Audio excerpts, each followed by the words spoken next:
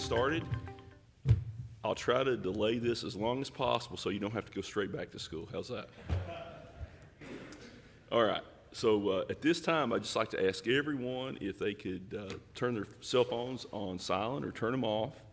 And I would like to ask Commissioner Brian Booth if he would say the invocation for us. Let's bow our heads. Dear Heavenly Father, as we come before you today, dear Lord, Lord, bless everyone that's in this room today, dear Heavenly Father, and Lord, watch over their country, dear Heavenly Father, and Lord, watch over this court. Everything we do here today, dear Heavenly Father, will be for the betterment of this county, dear Lord. In Jesus' name we pray. Amen. Amen. Madam Clerk, please call the roll. Judge Jones? Present. Commissioner Robertson? Here. Commissioner Tackett? Here. Commissioner Booth? Here. We have a quorum and we are ready to proceed. I'd like to ask Coach Chris Mackin if he would lead us in the Pledge of Allegiance.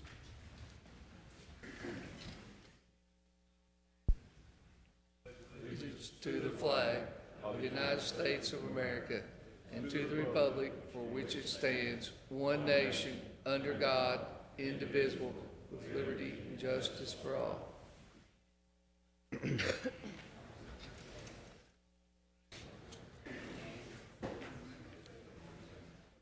The next item is the approval of the minutes of the February 24th, 2022 meeting of the Pike County Fiscal Court. Is there a motion to approve? Motion. We have a motion by Commissioner Tackett. Is there a second? Second. Second by Commissioner Robertson. Is there any question or discussion? Seeing none, Madam Clerk, please call the roll. Commissioner Robertson? Yes. Commissioner Tackett? Yes. Commissioner Booth? Yes. Judge Jones? Yes. The next item is the adoption of a resolution honoring the Pikeville High School cheerleading program. And I'd like to ask Pike County Attorney Kevin Keene if he would read the resolution. I'll hand his glasses back to him. Be glad to, Judge. Thanks. He's making fun of me for my reading glasses. You all get there someday. All right. Resolution honoring the Pikeville High School cheerleading program, 2022 National High School Cheerleading Small Varsity Division II Champions. Whereas this honorable body commends exceptional achievement and gives special honor to those who have achieved greatness. And whereas the Pikeville High School cheerleaders have won numerous regional, state, and national awards throughout the years for cheerleading distinction. And whereas through countless hours of hard work and an unwavering commitment to excellence, the Pikeville High School cheerleaders proved once again that they are one of the top teams in the nation. And whereas on Sunday, February 13, 2022, at the ESPN Wide World of Sports Complex in Orlando, Florida, the Pikeville High School varsity cheerleaders competed against teams from across the nation and claimed the 2022 National High School Cheerleading Small Varsity Division II Championship title, making this back-to-back national championships. And whereas the Pikeville High School cheerleaders, coached by Candace Branham, represented their school and community with class, honor, and distinction. Now therefore, be it resolved, Ray S. Jones, Pike County Judge Executive, and the Pike County Fiscal Court to hereby honor the Pikeville High School cheerleading program upon winning the 2022 National High School Cheerleading Small Varsity Division II Championship, and thereby recognize and congratulate them on their outstanding accomplishments and join together to celebrate this great success. This 15th day of March, 2022. Congratulations, ladies. First of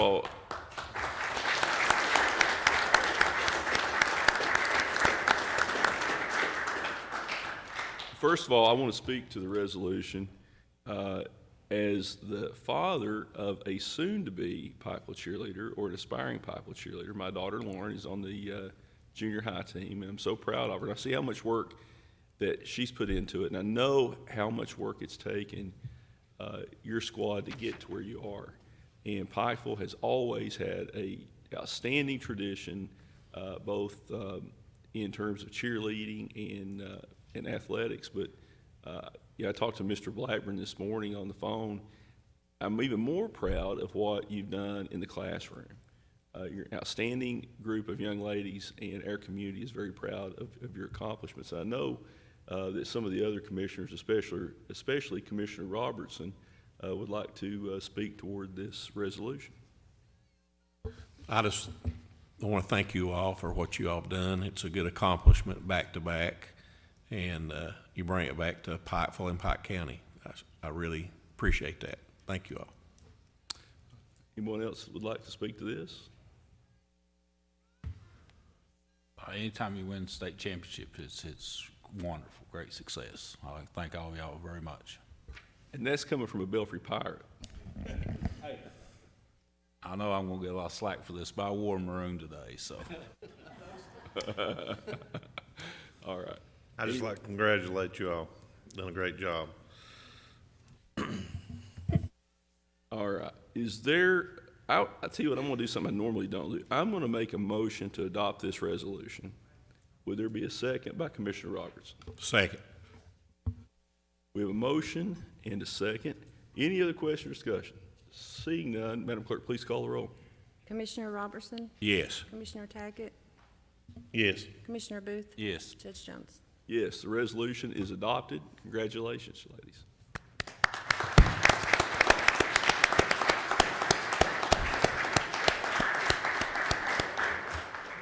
And we'll, as soon as we get this other one done, then we'll bring everybody up and get photographs, and then you're welcome to stay for the rest of the court meeting. We've got some interesting things on the agenda today. Another resolution here, after we address the one for the football team, is the proclamation for Hillbilly Days for the first time in 3 years that we'll have had it. And we're starting to get back to normal, no mask, Hillbilly Days. In any event, the next item is the adoption of a resolution honoring the Pikeville High School football program on its state championship. Kevin?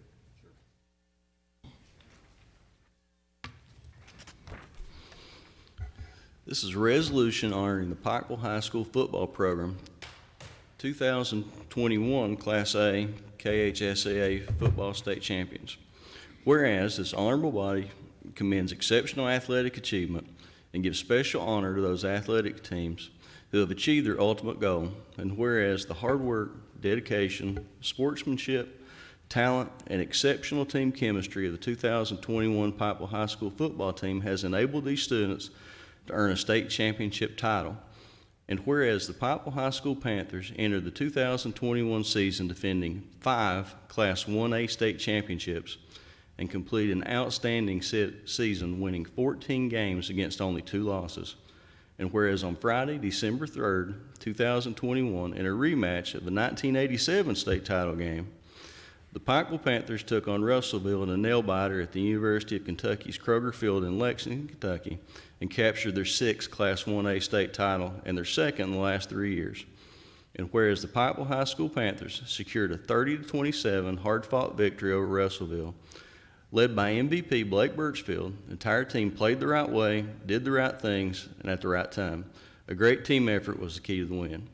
And whereas head coach Chris McNamee and the entire coaching staff, parents, faculty, student body at Pikeville High School were integral in guiding the team to victory through their unwavering support.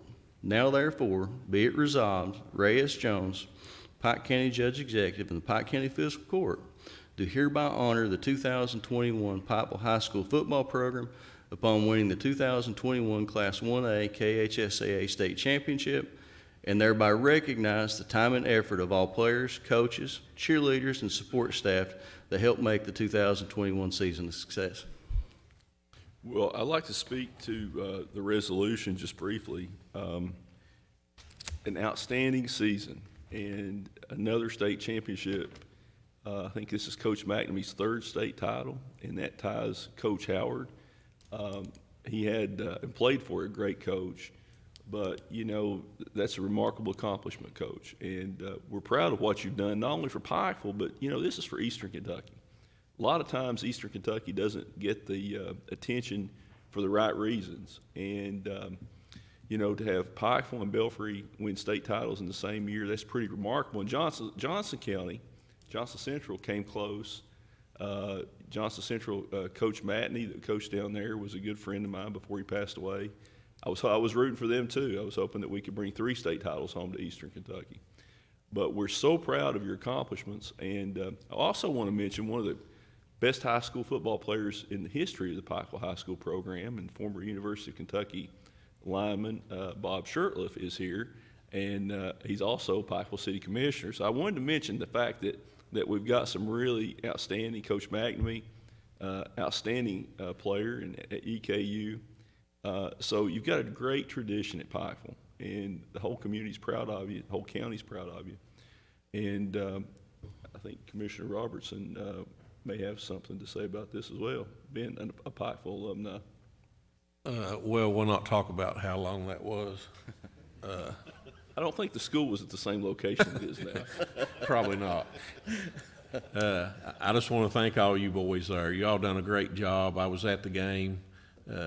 You all had me on little pins and needles there for a while, but you all prevailed and done a great job. And like the judge says, I'm glad that, you know, we got 2 titles brought back to Pike County. That means a lot. So I hope you all have success in the future. And you got one wonderful coach. He is, he's really demonstrated what kind of coaching ability he does have, and I hope he stays many more years, and I hope we got many more state titles. Thank you. Anyone else like to add anything? I think there may be a proud grandfather here. Yeah, I'm going to have to speak up right here. As a grandfather of 2 guys, Braden Harris and Josh Taylor, so proud of you guys and what you accomplished. We have a room full of champions.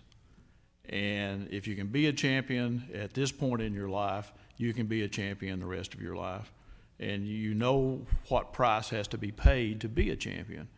And for folks that have never been there, they'll never know. But you all know the sacrifice that's involved to get to be a champion. And so very proud of all of you all, but especially those 2 guys, because they mean a lot in my life. And wish you all well and continue forward and be a champion in your life. So, not yet, we have to adopt. Do you adopt the resolution? Is there a motion to adopt the resolution? All right, we have a motion by Commissioner Robertson, and I will second that. Is there any other question or discussion? Seeing none, Madam Clerk, please call the roll. Commissioner Robertson? Yes. Commissioner Tackett? Yes. Commissioner Booth? Yes. Judge Jones? Yes. Congratulations. Congratulations, guys.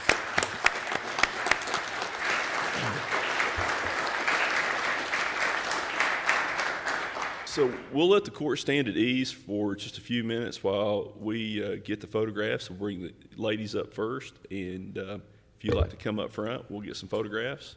And I know that we have Mr. Cassidy here. That's another proud parent I should have mentioned. So.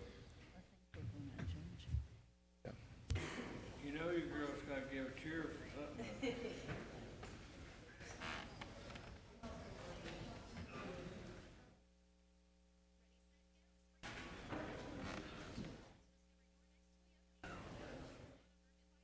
Look like little kids when you got them all dressed up, you know. Yeah. I was there when they did their final routine at Disney. My daughter was down there for her Johns Creek was competing, so they, after their routine, we went up and watched them on their final routine. They just nailed it. Not a flinch, not a bobble. That's what I'd heard. You know, because I guess my wife keeps up with stuff like that, and some of her friends that were down there were sitting there. Yeah, we knew they had it, and there was still 12 teams to compete after.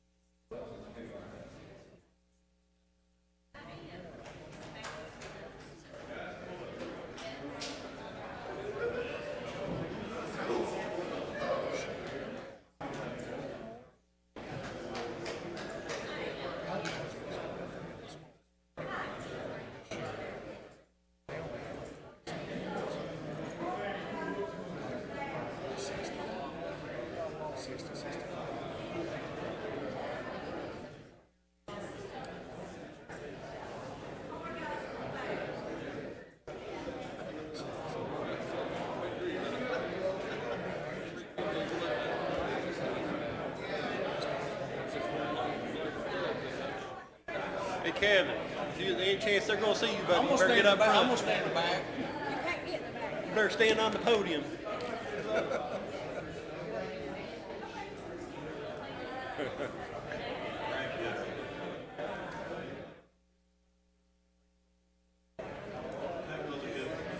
A lot of them.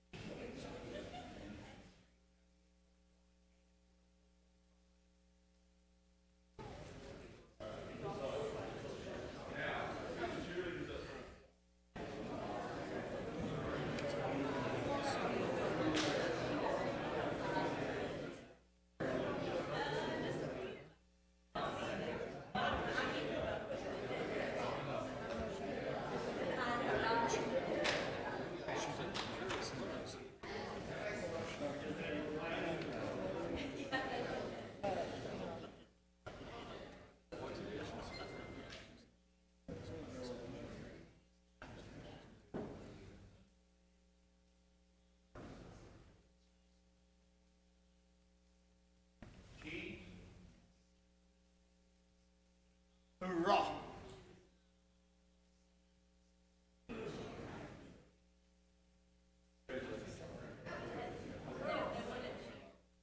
You gotta do a cheer.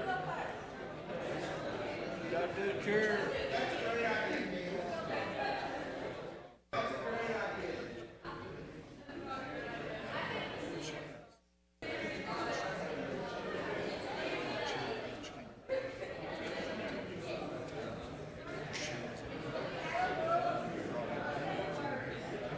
Go, girls, go!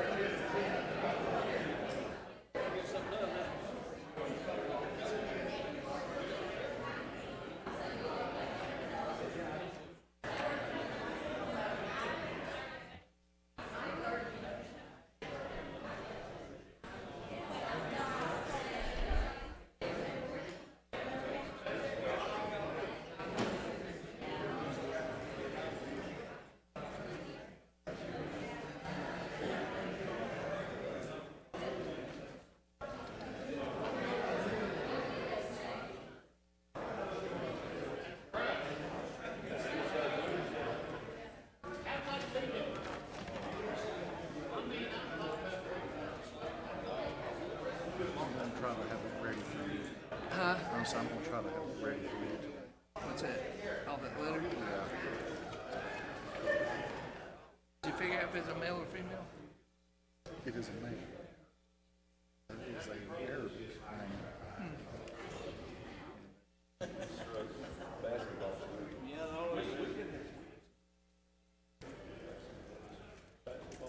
The internet doesn't leave it to chance. You was the only school that had tells you trick what it floor in their gymnasium. You come down that right side of that gym down there, it was hooped up, dead, that ball hit it, stopped. I played look at that gym, I know.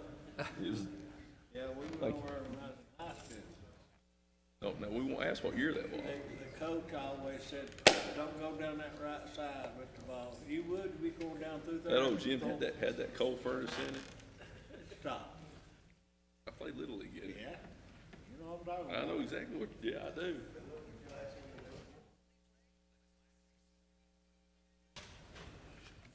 Had trick floor, Virgie had trick floor. Everybody went down.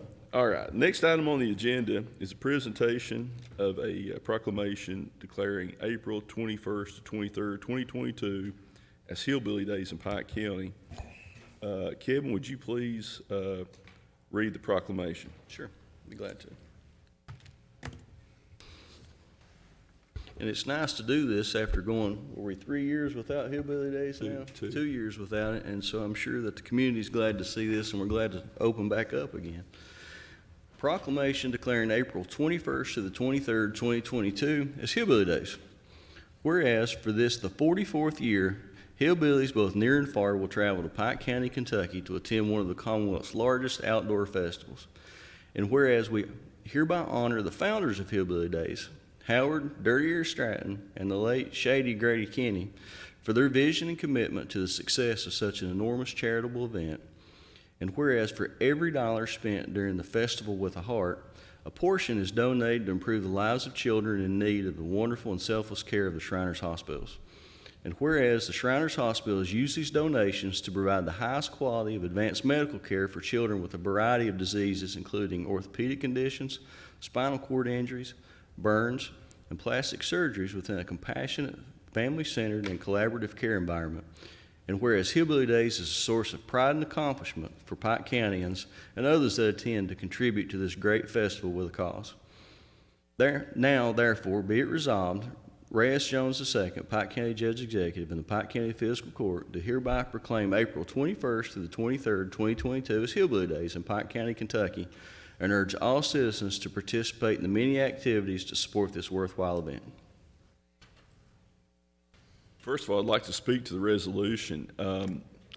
As a Shriner, you know, one of the reasons that I wanted to be a Shriner is I had my son, my baby, was born with some orthopedic issues.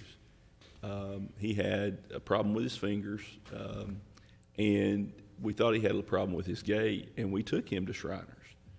And, you know, the care was outstanding. They didn't have to do a whole lot, but that service has been provided to so many kids across the country by the Shriners organization. It's truly remarkable. It's truly remarkable what our local Shriners have done.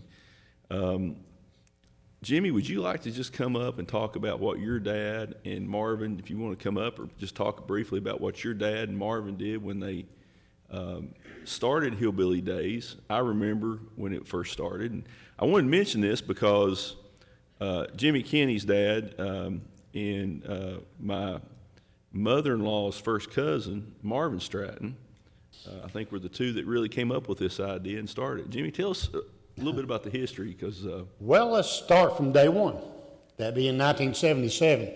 You know, a lot of organizations that come together and they do like a parade or a festival or something like that. You have a lot of executives at an executive table making executive decisions. Daddy and Howard, being old coal miners, sat down at the kitchen table and made these decisions.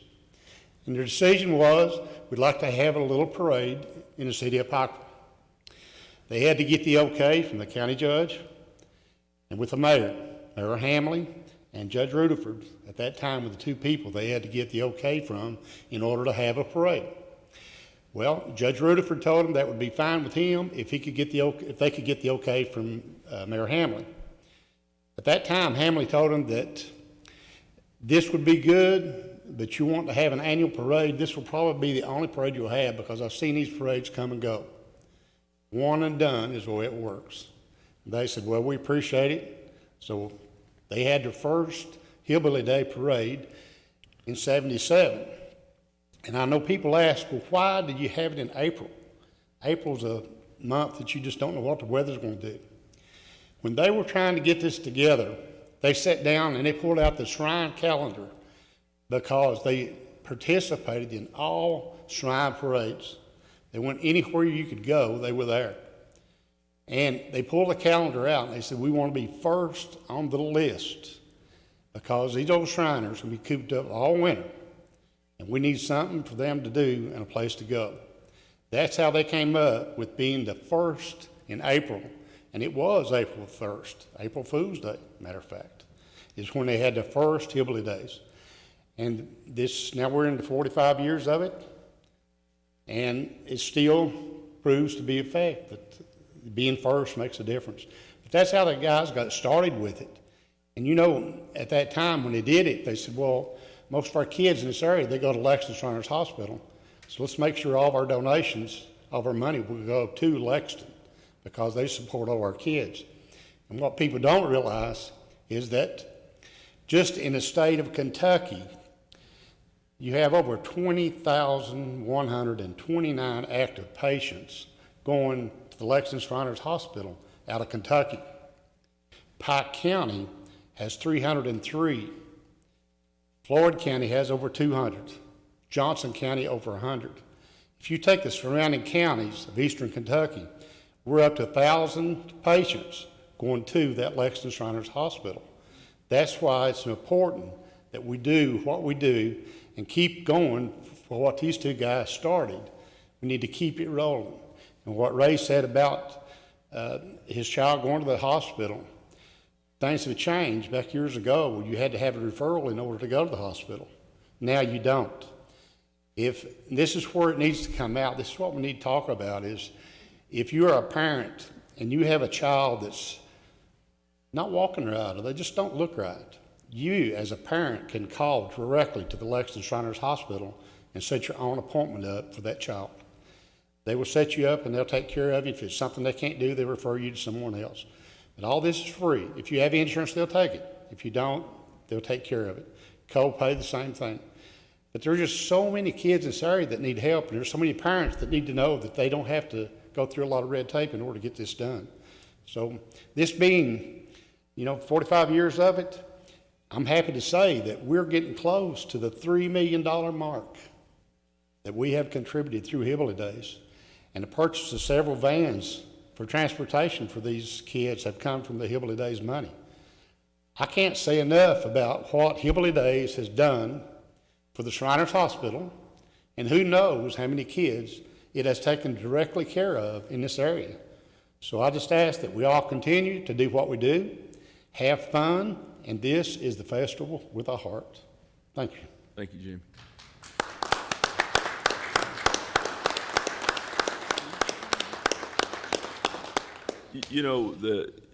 The people, I guess Howard lives in Florida now. I said Marvin. Howard lives in Florida now.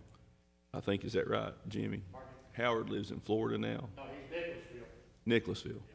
But I talked to him up here, I guess, at the last Hillbilly Days.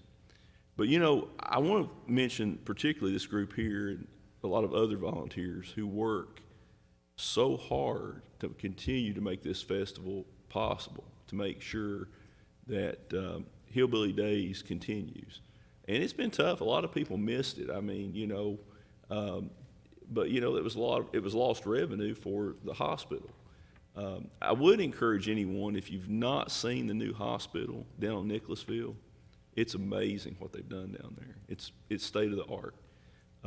I've been to both the old Shriners Hospital, I've been to the new one, and you know, I really commend the Shriners, particularly locally, for what they've done to help the children of this area. So, with that being said, I would make a motion to adopt this resolution proclaiming April 21st to 23rd, 2022 as Hillbilly Days in Pike County, Kentucky. Is there a second? Second.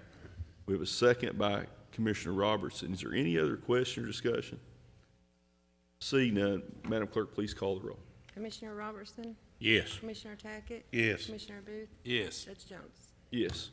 Gentlemen, you like to come up front? We'll get a picture and,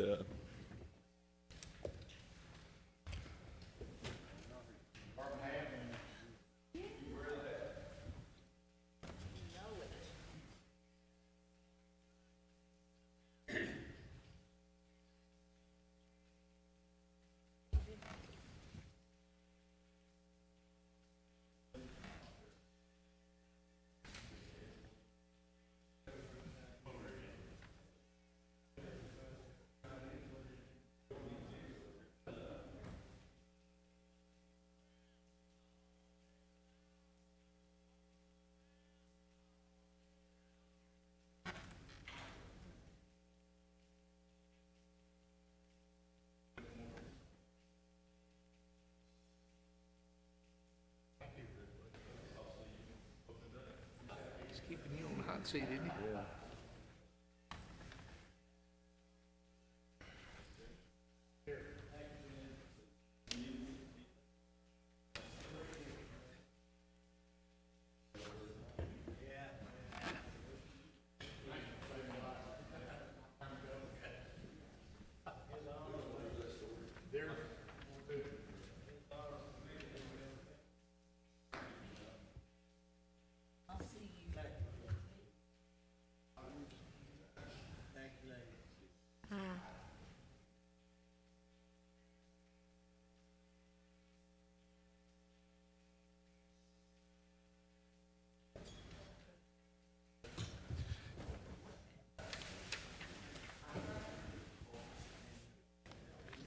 the next item on the agenda is a proclamation declaring the month of April 2022 as Pride Spring Cleanup Month in Pike County.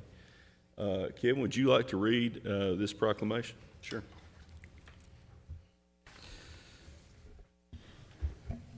Pride Spring Cleanup Month. Whereas the natural beauty of southern and eastern Kentucky is a treasure for its residents and tourists, and whereas good stewardship and this distinctive environment is beneficial for the health, enjoyment, and economic prosperity of the residents of southern and eastern Kentucky, and whereas the Pride Initiative encourages residents of southern and eastern Kentucky to take personal responsibility for the good stewardship of the region's exceptional environment, and whereas the annual Pride Spring Cleanup is an opportunity for residents to demonstrate personal responsibility by volunteering to pick up litter along roadsides, and whereas the Pike County is participating in the Pride Spring Cleanup by supporting cleanup events and recruiting volunteers, and now therefore, Reyes Jones II, Pike County Judge Executive in the Pike County Fiscal Court, do hereby proclaim the month of April 2022 as Spring Cleanup Month in Pike County, Kentucky. Be it further resolved that we encourage all residents of Pike County to participate in Pride Spring Cleanup Month, this 15th day of March 2022.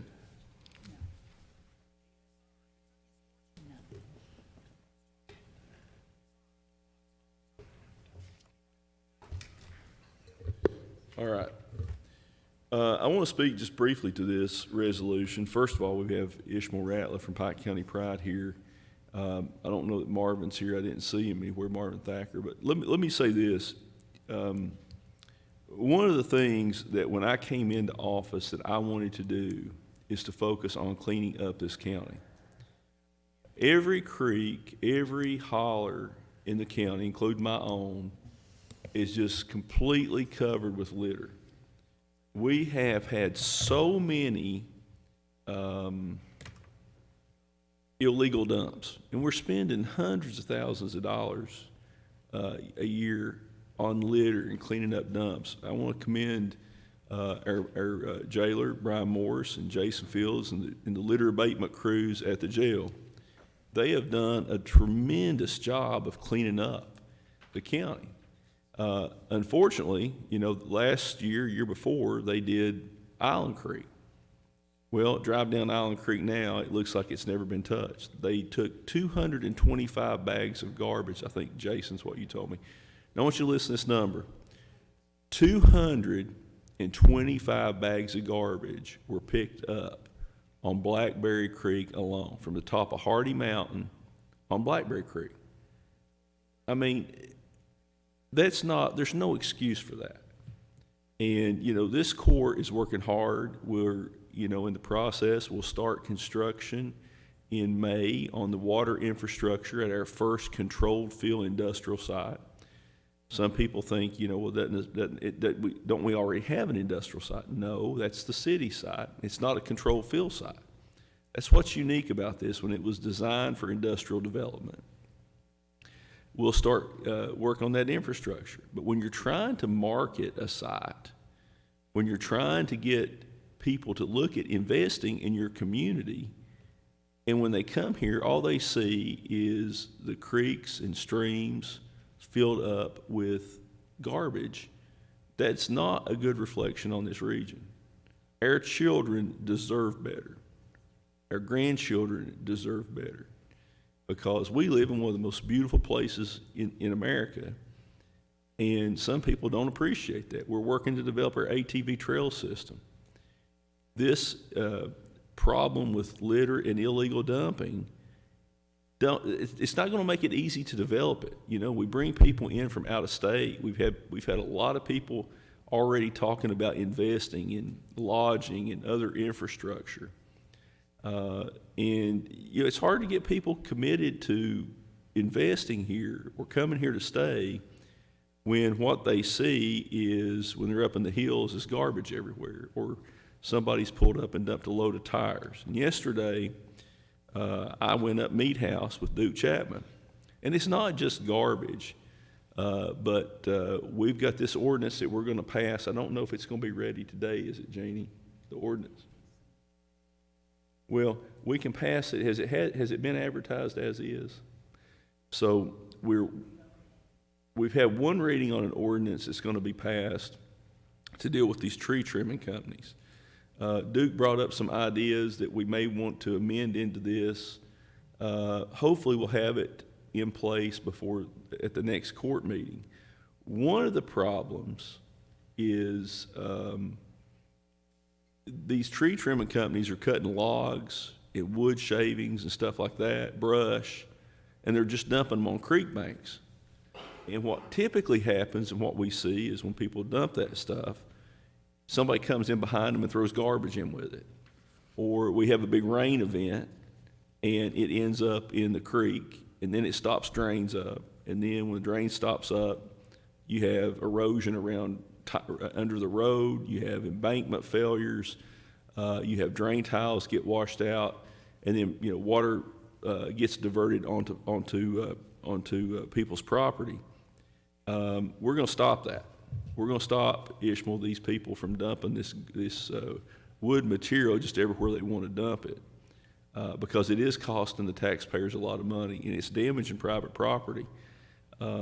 I was shocked when Duke took me up Meat House to show me how much wood debris had been cut and just piled up.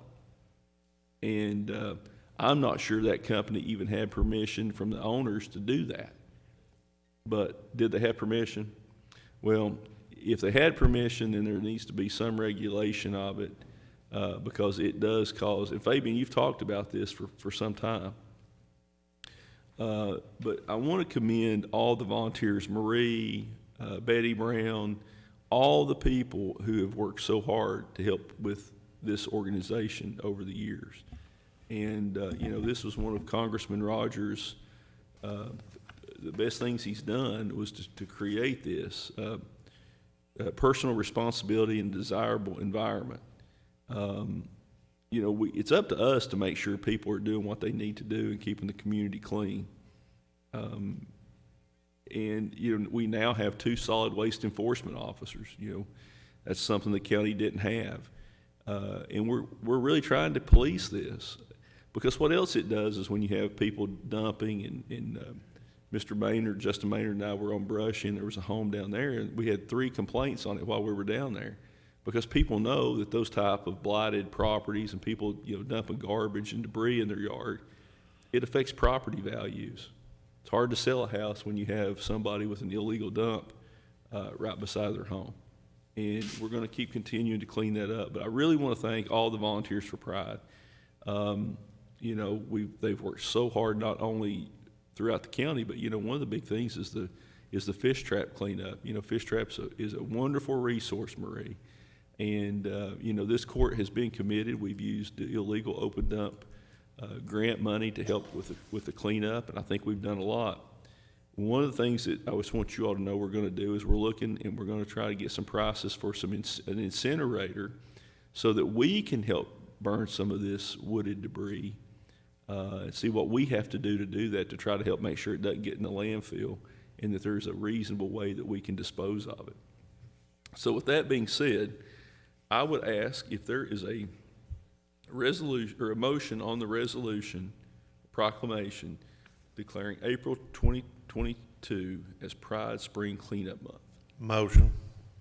We have a motion by Commissioner Tackett. Is there a second? Second.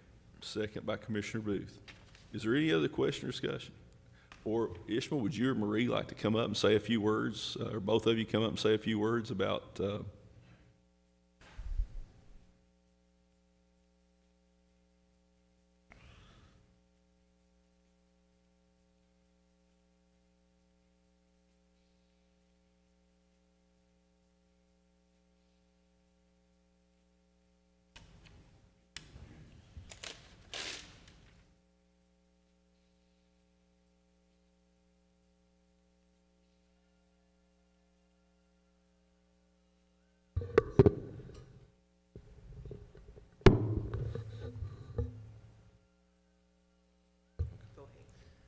First of all, what's really laid on my heart is I want to thank the Solid Waste Department because I noticed this winter how hard they worked, and second of all, I want to thank the court, members of the court, because I can't express the hard work that I've seen the trucks and the workers on the Solid Waste Department perform. I mean, that is a job I think that is admirable in its own right.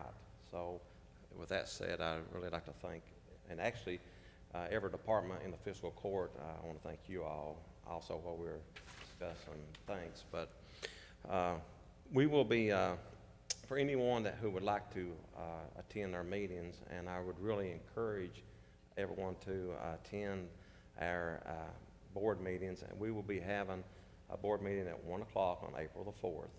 And if anyone can take time, I know everybody's real busy, because when everybody shows up, we have a lot of ideas that obviously that is shared amongst us, and it helps us to grow. But at this point, I have sheets to fill out for who wants to have cleanups in their community. Therefore, anyone who wants to contact me can get a hold of me, and actually I'll go ahead and give my phone number. It's 606-454-2072. That's the easiest way to get a hold of me. But we're looking forward to this year's cleanup. This makes my 14th year, even though Pride has been in existence for 25 years. So I'm very proud of everybody that's helped out. We want to thank the court for their participation. Up on this big, we picked up a lot. Thank you all. Thank you all. There's a couple things I want to just briefly touch on before we act on this. Congressman Rogers, this bothered him. This issue bothered him enough that that he really used his federal resources and his influence to create it, because he knew what this issue, the risk that this issue posed to us here in Eastern Kentucky. You know, when this court came in, we had to make a really hard decision about what to do with solid waste. We didn't have the resources. We didn't even have the trucks to reliably pick up the garbage. And we had to raise rates. That was not something that anybody here wanted to do. It was something that we had to do. And we had to do it in order to make sure that we didn't end up back in a situation where there was no solid waste service, that we had to turn it over to contractors. But the most important thing is we had to do it to make sure that we could expand the landfill.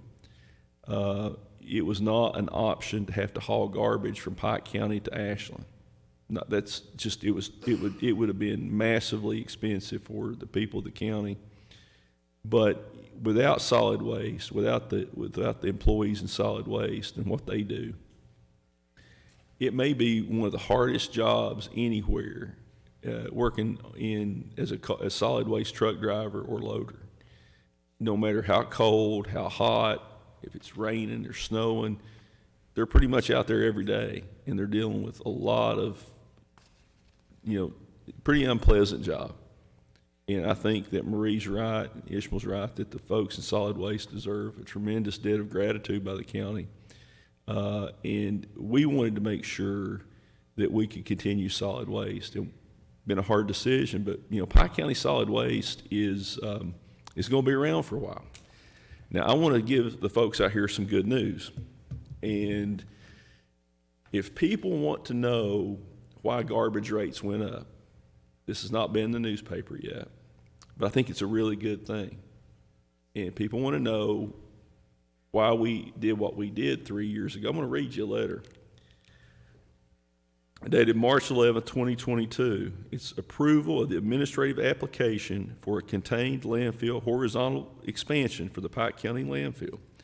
The Kentucky Division of Waste Management Solid Waste Branch has reviewed the administrative application received February 19, 2021, with revisions received on July 23rd, November 18th, and 2021, and January 27th, 2022. Division of Waste Management hereby approves the administrative application. Division of Waste Management will review the technical application upon receipt. So the first step of us expanding our landfill has been approved by the state. I think that's a tremendous accomplishment in a short period of time. By the end of April, we will have the technical design submitted to Frankfurt, and hopefully in the spring, or maybe even next winter, we'll be ready to start construction on the landfill expansion. That landfill is rapidly filling up. And if anyone wants to know why we made the hard decisions that we did, drive up to the top of Ford Mountain and look over.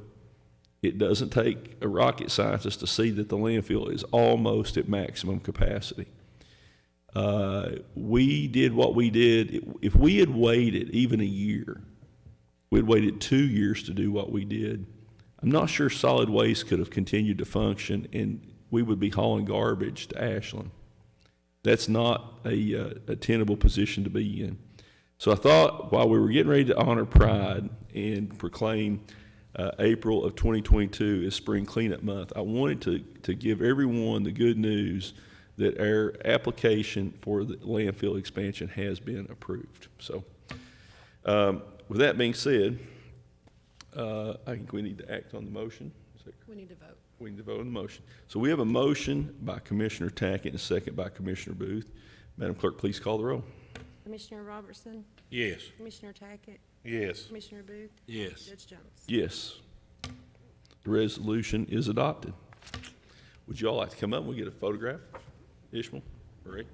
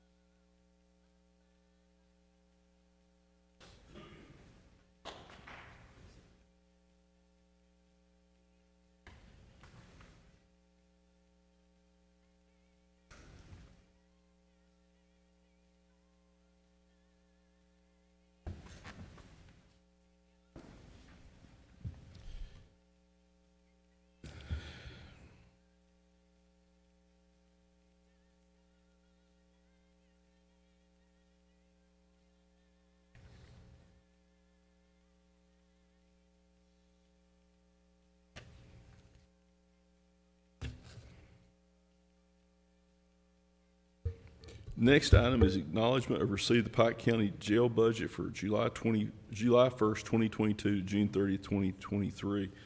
We have Mr. Morse, our jailer, and we have Mr. Jason Fields from the Pike County Detention Center. Gentlemen, welcome. Somebody else. Thank you, guys. I'm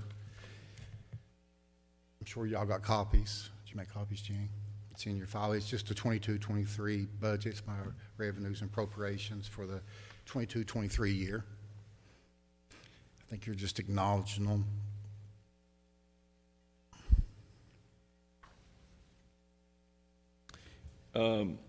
Gentlemen, we appreciate all that you've done to try to make the jail more self-sufficient. I think right now the jail is probably closer to being self-sufficient than it's probably ever been, or as close. It's we had a setback this year, this current year, but not by a huge amount. But COVID really hit us this year, and our numbers.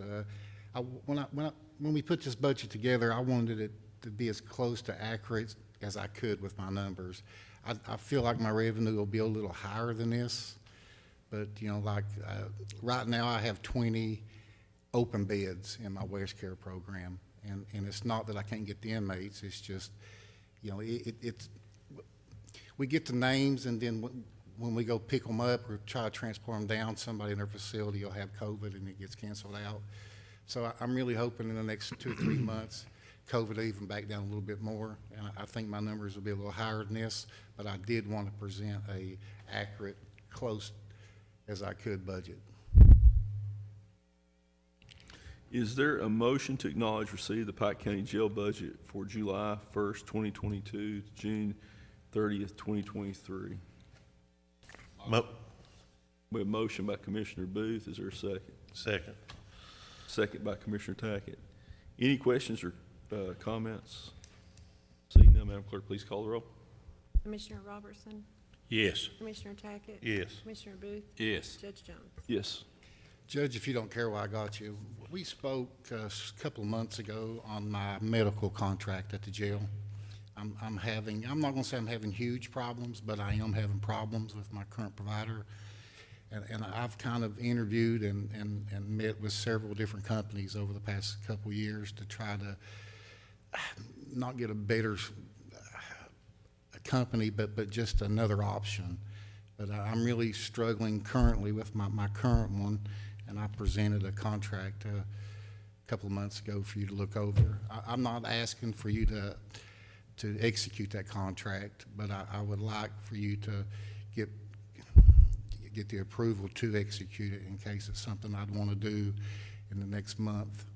And we'll have that for you. So you're wanting to go ahead and execute? I don't want to go ahead, and I'd like for you to get permission to execute it in case we want to go down that road in the next 30 days. So let me ask you this. This is just a question. Would that fall under the professional services exception to the bidding, Frankie? I don't think it would fall under professional services. We need to look at that and see. There may be a question, Brian, about whether we have to bid that or not. I don't know the answer to that. Because I don't know if it's over, obviously. It's going to be over 30,000, so it may be something we have to bid out. Can we get together with? That's how I was going to tell you. We'll get together in the next week or two to really I don't know sit that down. we can. I don't know where it's over that amount that we could do it without bidding it, because professional services. If you'll hang around, we'll be done here fairly quick, I think. If you want to hang around or come back over, let me look at that and see. We can. KRS 45A is model procurement code, and there's a provision in there about when you can competitively negotiate. So like architectural services, engineering services, there are certain professional services that you don't have to bid out. And I'm just curious if whether medical services would maybe fall under that. But the other issue is if it's over 30,000, do we have to bid it? Greg, what's your?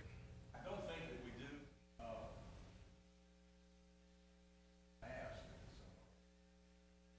It's not insurance, it's not insurance, it's the medical provider for the jail.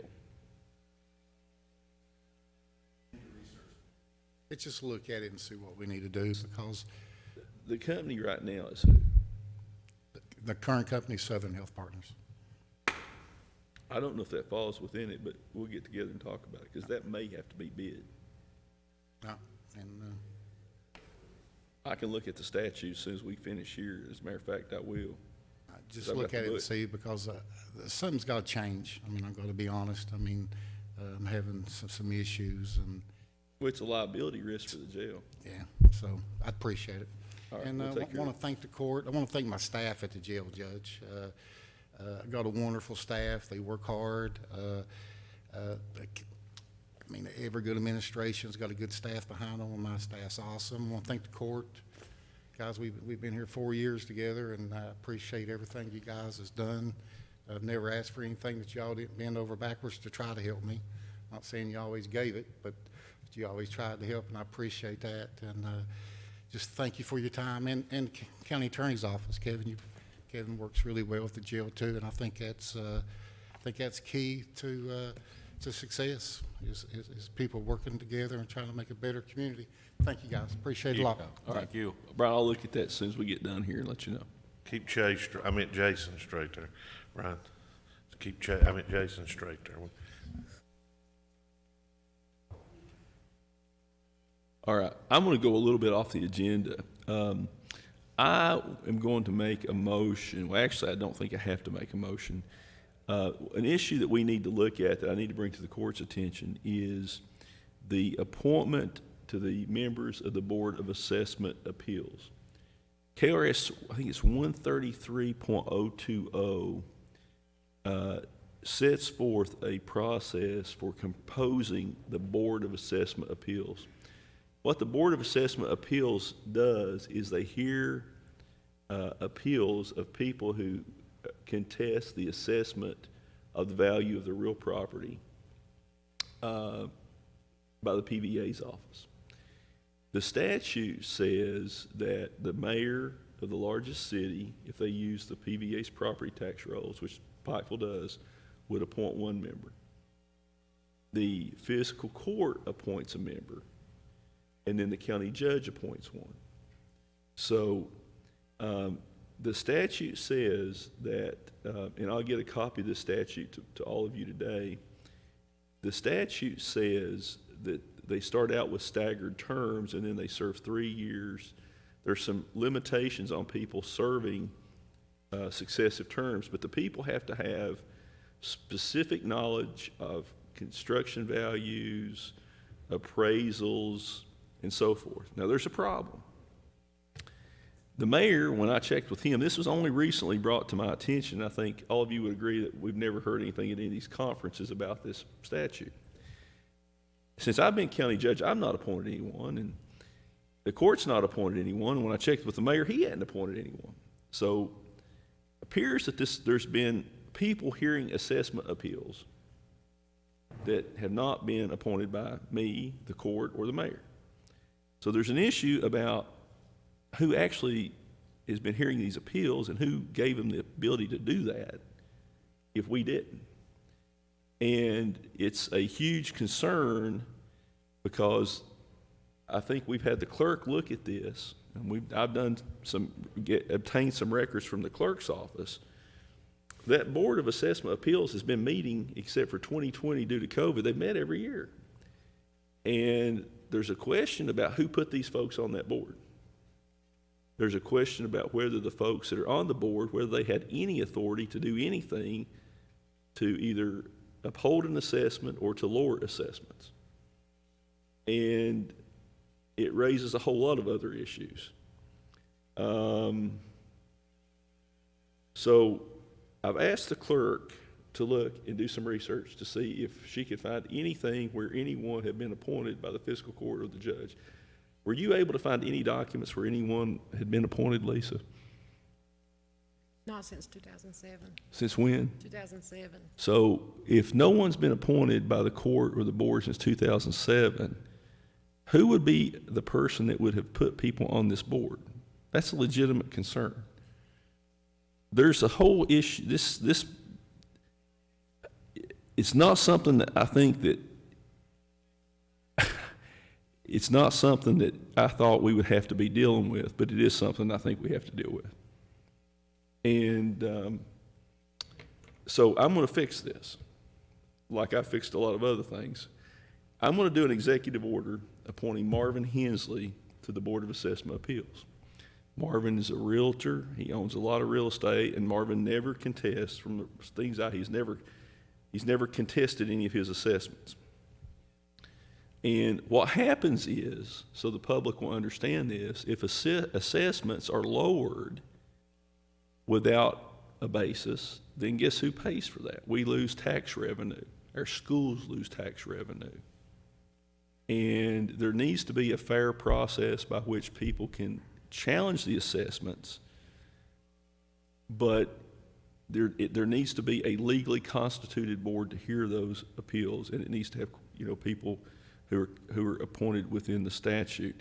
So I would recommend that the three of you get together.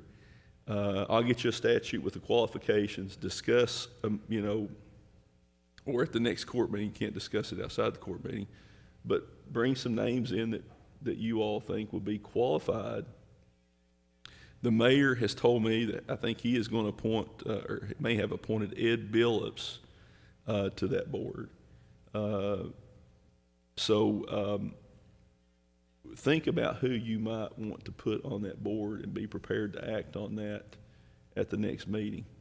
But I'm going to be doing an executive order putting Marvin Hensley on it. I think he's extremely knowledgeable about property values and construction and so forth, and would fill the qualifications under the statute. So with that being said, I just wanted to throw that out there, something that I didn't have listed on the agenda, but it was something I was going to address today.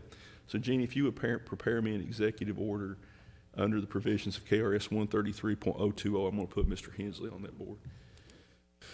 All right. Any comments? Y'all have anything you want to, or any names that you want to potentially, let me let you get the statute to you, let you look at the statute. All right. The next item is approval of a contract with Kevin Jerome Prater for services of sound system and booking of entertainment for Hillbilly Days 2022, and authorization to issue a check in the amount of $2,800. The invoice is the same for same services as before, but the price has gone up $200 due to the increase in expenses, which I guess we can all understand. Is there a motion to approve? Motion. Motion by Commissioner Tackett. Is there a second? Second by Commissioner Booth. Any other question or discussion? Seeing none, Madam Clerk, please call the roll. Commissioner Robertson? Yes. Commissioner Tackett? Yes. Commissioner Booth? Yes. Judge Jones? Yes. Next item is authorization to apply for an Economic Development Administration Economic Adjustment Assistance for Coal Communities Grant for $2,546,729 for funding of the infrastructure of the ATV Trails Project, and approval of the county judge to execute all documents. I think there's no point running Sharon up here. We're all familiar with this grant. Is there a motion to authorize the application? Motion by Commissioner Robertson. Is there a second? Second. Second by Commissioner Tackett. Any other question or discussion? Seeing none, Madam Clerk, please call the roll. Commissioner Robertson? Yes. Commissioner Tackett? Yes. Commissioner Booth? Yes. Judge Jones? Yes. Next item is authorization to apply for an AML Economic Revitalization Grant Program for the Flatwoods. Is that a duplicate? Is it, okay, well, all right. And approval for the county judge to execute all documents. Is it just a different grant, Sharon?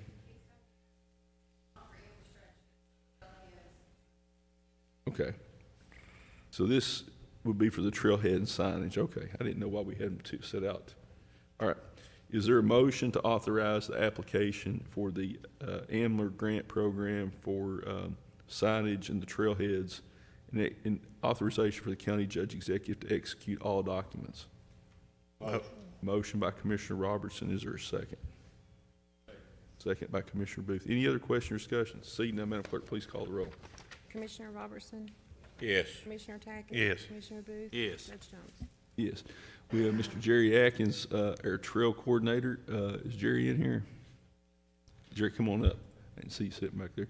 And this one is authorization to execute a recreational land lease agreement with Bobby Wright and Teresa Wright, and approval to issue a check in the amount of $500 to the Pike County Trails land agent, Nathan Reed. Jerry, can you just briefly touch on this lease, where it's located and so forth? Yes, Judge. Commissioner Tackett actually approached me with these two landowners. They're located adjacent, touching the Flatwoods Mine Access Road into the Flatwoods. All right. And how many leases do we have right now besides Big Sandy? How many other leases do we have in place? That have been signed? Yes. One out of Blackberry signed. We have these two. I have two more under title search right now to be executed for lease. All right. Is there a motion to authorize? Motion. Motion by Commissioner Tackett. Is there a second? Second by Commissioner Booth. Any other question or discussion? Seeing none, Madam Clerk, please call the roll. Commissioner Robertson? Yes. Commissioner Tackett? Yes. Commissioner Booth? Yes. Judge Jones? Yes. Next one is author.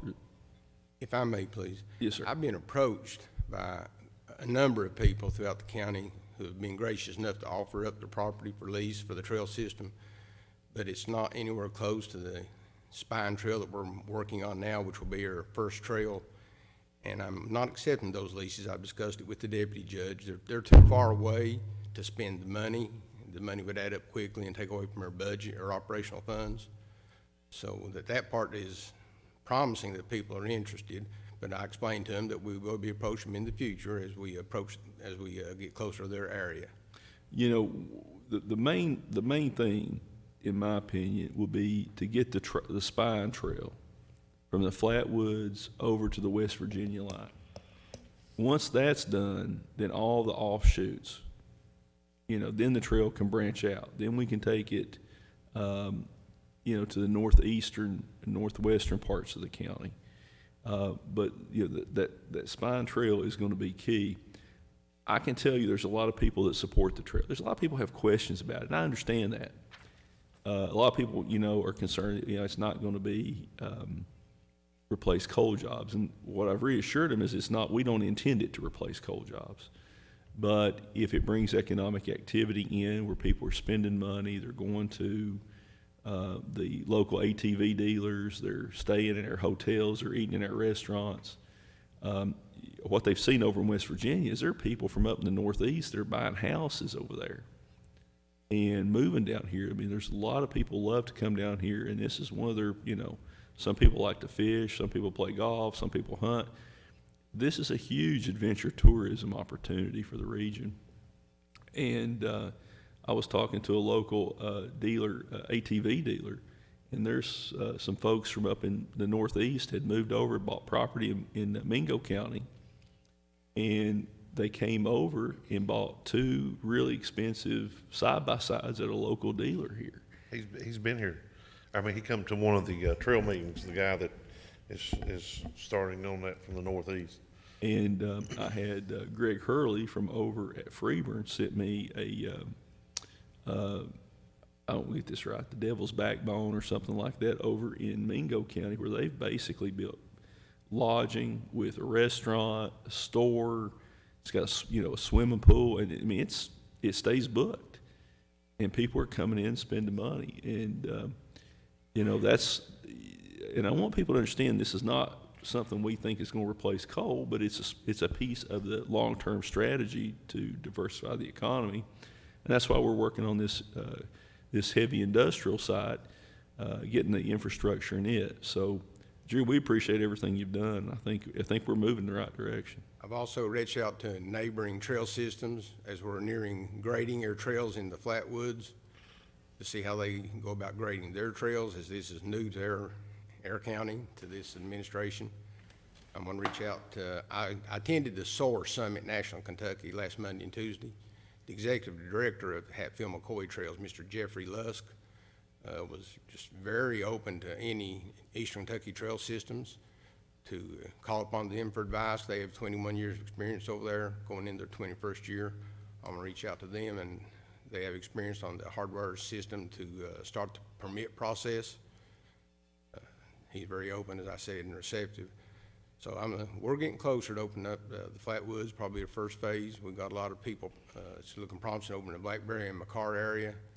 I'm very excited about that. Things are happening over there. A lot of people in West Virginia coming over and riding there.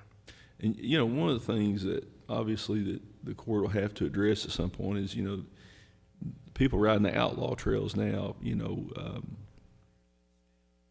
going on private property without permission. I mean, there's some drawbacks to that. And a lot of people say, why should we pay to ride on trails that do something we're already doing for free? And I mean, there may not even be a permit fee for Pike County residents. We want to encourage people to ride. None of those decisions have been made. And I know the court, if there was any fee, it would be a very minimal fee. What we want to do is we want to bring people in from outside of Pike County and let them bring their dollars into Pike County and spend their dollars here in Pike County. And the advisory board actually has a very minimal fee in place for county residents, which we feel is necessary so they can obtain a sticker to put on the vehicle, as the patrolling officers from the sheriff department will need to identify they are stickered and legal, and that way with the police officer wouldn't have to stop them and question them and ask for proof of Pike County residency.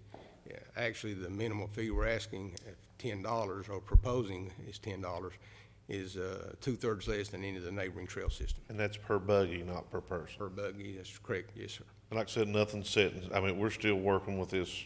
No rules has been set. People's asked dozens, well, you gonna do this, we've not put this together. well, I mean, I don't think that the rules are going to be anywhere near as stringent as what they've got over in West Virginia. We want them to be ample, but no need to overkill. We don't need unnecessary rules. Jerry, thank you very much. Let me do this other one. We voted on this one yet, have we? We need a motion and second. You're talking about the second one? Yeah. Okay. Move on. Did we do the roll call on the first lease? We did. Okay. So the next item is the authorization to execute a recreational land lease agreement with Lavon Osborne and approval to issue payment of $500 to the Pike County Trails land agent Nathan Reed. Is there a motion to authorize? Motion. Motion by Commissioner Tackett. Is there a second? Second.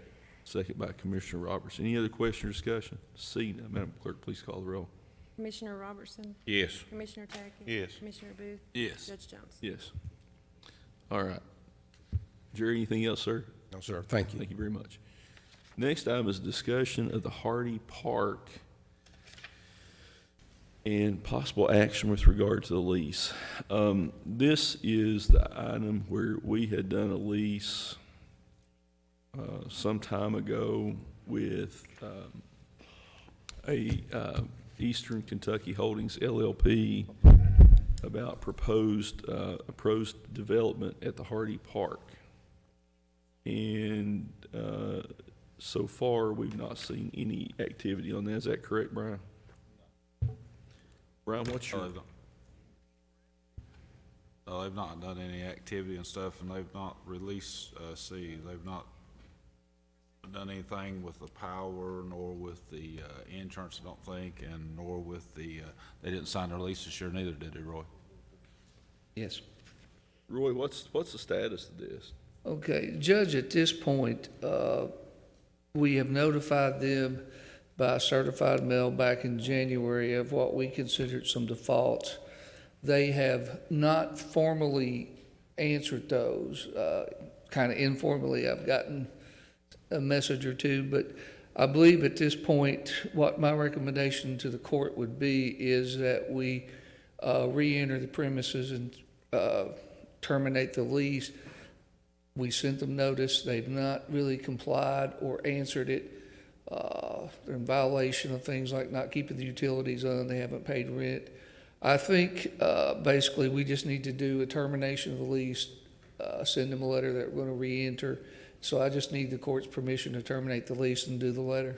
We also need permission for Paul to get the power and utilities back on. Paul, can you come up just briefly real quick? We've got, it's into March.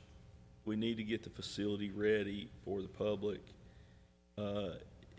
Paul, is it possible to get that pool open this year if we could find somebody that's willing to run it? Yes, Judge. The pool at Hardy won't be no problem at all to get open. Brian, what's your position on it? It's your district. You live right there, Nares Branch. So tell me what your take on it is. Do we want to try to find somebody to manage it, Yeah, I mean, I think it'd be good to get it up and running if we can find somebody to operate it. Main thing is we do now is get the water, power back on, get those bathrooms open back up right there by the park. The high school is using the, Little League field, I think right now, at the power for the softball or something. Practicing, but there's no, yeah. They've contacted me wanting to get the power back on that so the school can use that. So let's do this, Paul. Can you get the jail over there to help get it cleaned up? Get a crew over there to help you get what needs to be done. Reach out to, Jason. I don't know, we've not had a lot of discussion about it, but I think Chancey Hatfield inquired about that, Hatney Ridge. Let's reach out to him. Can Reggie, you want to do it, or Jason, you want to do that? Let Reggie do that. Is that all right, Brian? I mean, Yeah, but we need to probably go in there and get this on for the school and stuff. School's practicing up there right now. They've contacted me numerous times about getting the lights back on for so the school can use that field. There's, 4 or 5 trees down the jail, probably needs to help us get it cleaned up. We can get out of there, and I noticed somebody's put some tars up there and the dumpster's rotted out. We probably need to get that out there and get it cleaned up a little bit before we So, do anything like that. so let me say this. We'll do a motion here in a second to terminate the lease and to authorize you to get the park ready and expend what you need to do. In terms of if anybody else is wanting to take it over, run the pool, or do any kind of development, it needs to be an open process where we put out an RFP or invite people to submit proposals. Excuse me. We've had other people look at it and approach us, but it needs to be open and fair, because, we don't want to whoever wants to come in and look at doing something, we just need to advertise it. That way we can vet the best person. May not be anybody that wants to do it. But we need a business plan, we need somebody that can give us something that can, a roadmap that shows us what they want to do and a plan that shows it'll work. So I'm not sure if we need to put something like that together. Sharon, you might want to help, you or Eric, help Reggie get something we can get in the paper next week on that. But we probably need to advertise it. So let me ask you this. Is there a motion to terminate the lease with Eastern Kentucky Holdings LLP to authorize the Public Works Supervisor to do what's needed to get the power back on and get the park back open, and to advertise requests for proposal before the next court meeting, anyone interested in operating the pool or developing that area? Would there be a motion? A motion by Commissioner Robertson. Is there a second? second. Second by Commissioner Tackett. Any other question or discussion? Seeing none, Madam Clerk, please call the roll. Commissioner Robertson? Yes. Commissioner Tackett? Yes. Commissioner Booth? Yes. Judge Jones? Yes. And Paul, can you get that power back on ASAP? Yes, All right. yes. Air and water, we got, All right, thank you. All right, the next item is the awarding of bids. Greg, would you like to come up?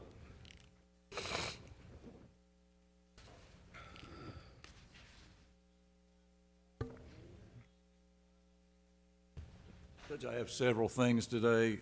We've had several bid openings since our last court meeting. Hey, Greg, I'm sorry.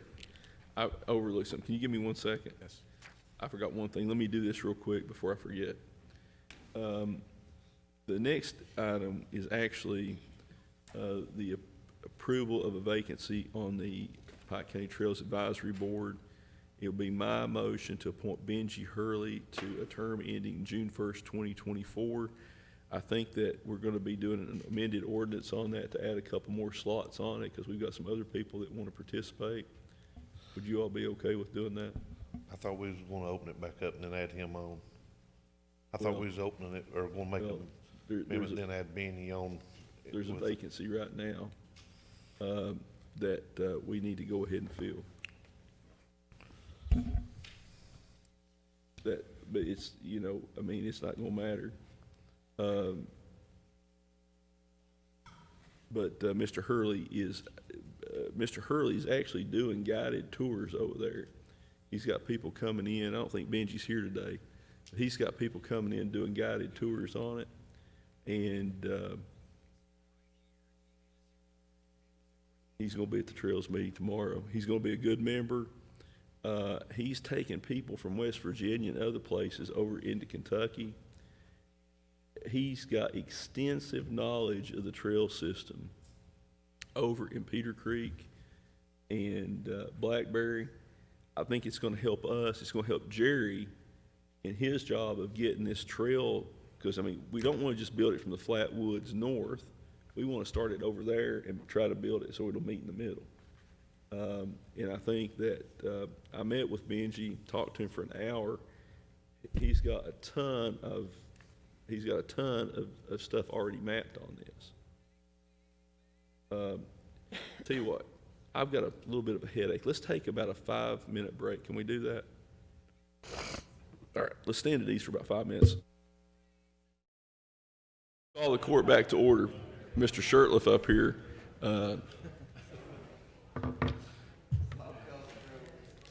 Mr. Shirtliff's causing trouble up here.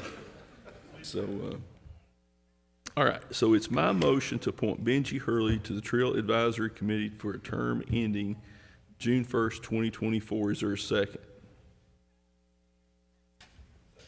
Second by Commissioner Booth. Any other question or discussion? Seeing none, Madam Clerk, please call the roll. Commissioner Robertson? Yes. Commissioner Tackett? Yes. Commissioner Booth? Yes. Judge Jones? Yes. This is going to be an outstanding appointment, and I think, Jerry, if you'll get with Benji after that next meeting, he's got an app on his phone that's got tremendous amounts of information on trail sections that have already been mapped over there. So it's going to sort of dovetail into what Whitey and some of the other folks have done in terms of mapping.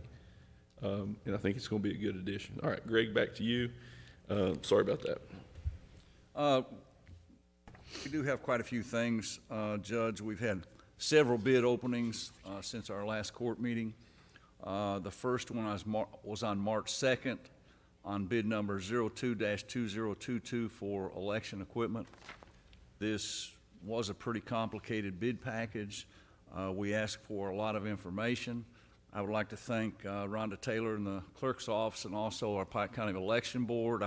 I asked them question after question to try to familiarize myself enough to be able to put together a bid package.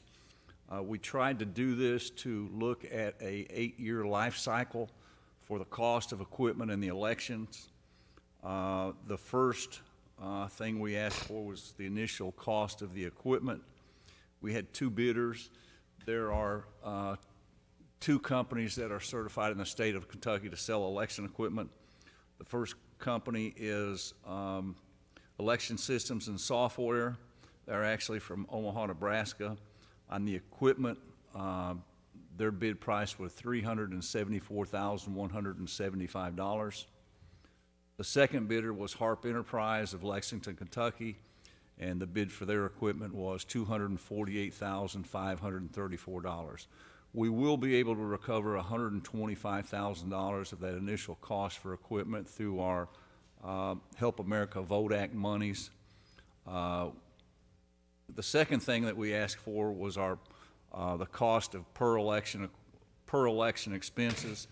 This was done over an 8-year period for such things as program expenses for primary and general election, machine setting expenses, on-site support for training and election day support, cost of thermal paper, and the cost of ballots.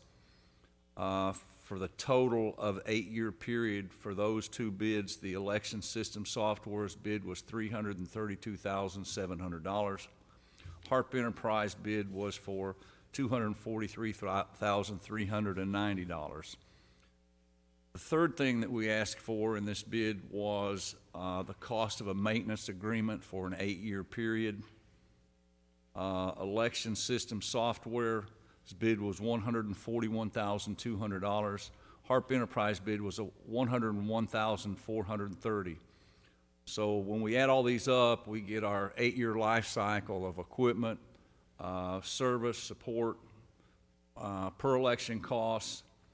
So for an 8-year period, the total bid from election system software was $768,915. The bid from Harp Enterprises was $682,664. Both vendors acknowledged that their solution can accommodate the local ballot layout in accordance with federal and state requirements. It's my recommendation that we award the bid to Harp Enterprises Incorporated. They are the lowest and best evaluated bid. So we got some questions for you, Greg. Yes, sir. All right, the first page, it's got the voting equipment, it looks like. By bidding it out, we were able to save a substantial amount of money, correct? Yes, sir. So the HARP bid was $248,534, and election systems and software was $374,175. Yes. So that's about 27,000, correct? Yes. HARP was cheaper also on the per election expenses. Yes, sir. All right, and it looks like they were about 90,000 cheaper there. Is that correct? Yes, sir. And then on the maintenance, they were about 40,000. Yes. So the reason I was asking you that is when you go down to this total estimated system lift cost, you're only showing a difference of about 80,000. Why is that? Is that a math error? If I have made a calculation error. It looks like it would be a significant error in HARP's favor. Because if we saved 126 and we save roughly 90 and we save another 40, it's going to be about $250,000 difference.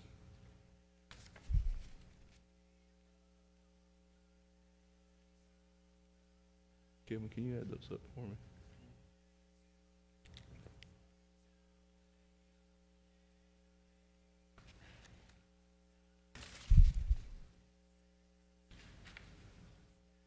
Yes, it looked like there was a calculation error. It looks like the difference in total would be a little over $200,000. I'm looking about, just me in my head, about $250,000 difference. Yes, sir. All right.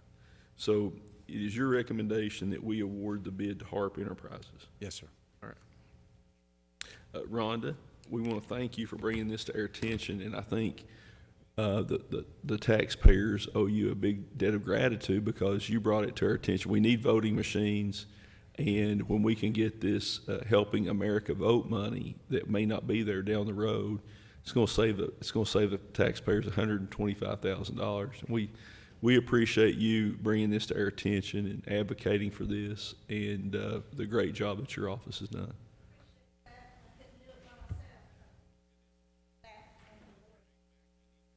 You may, absolutely.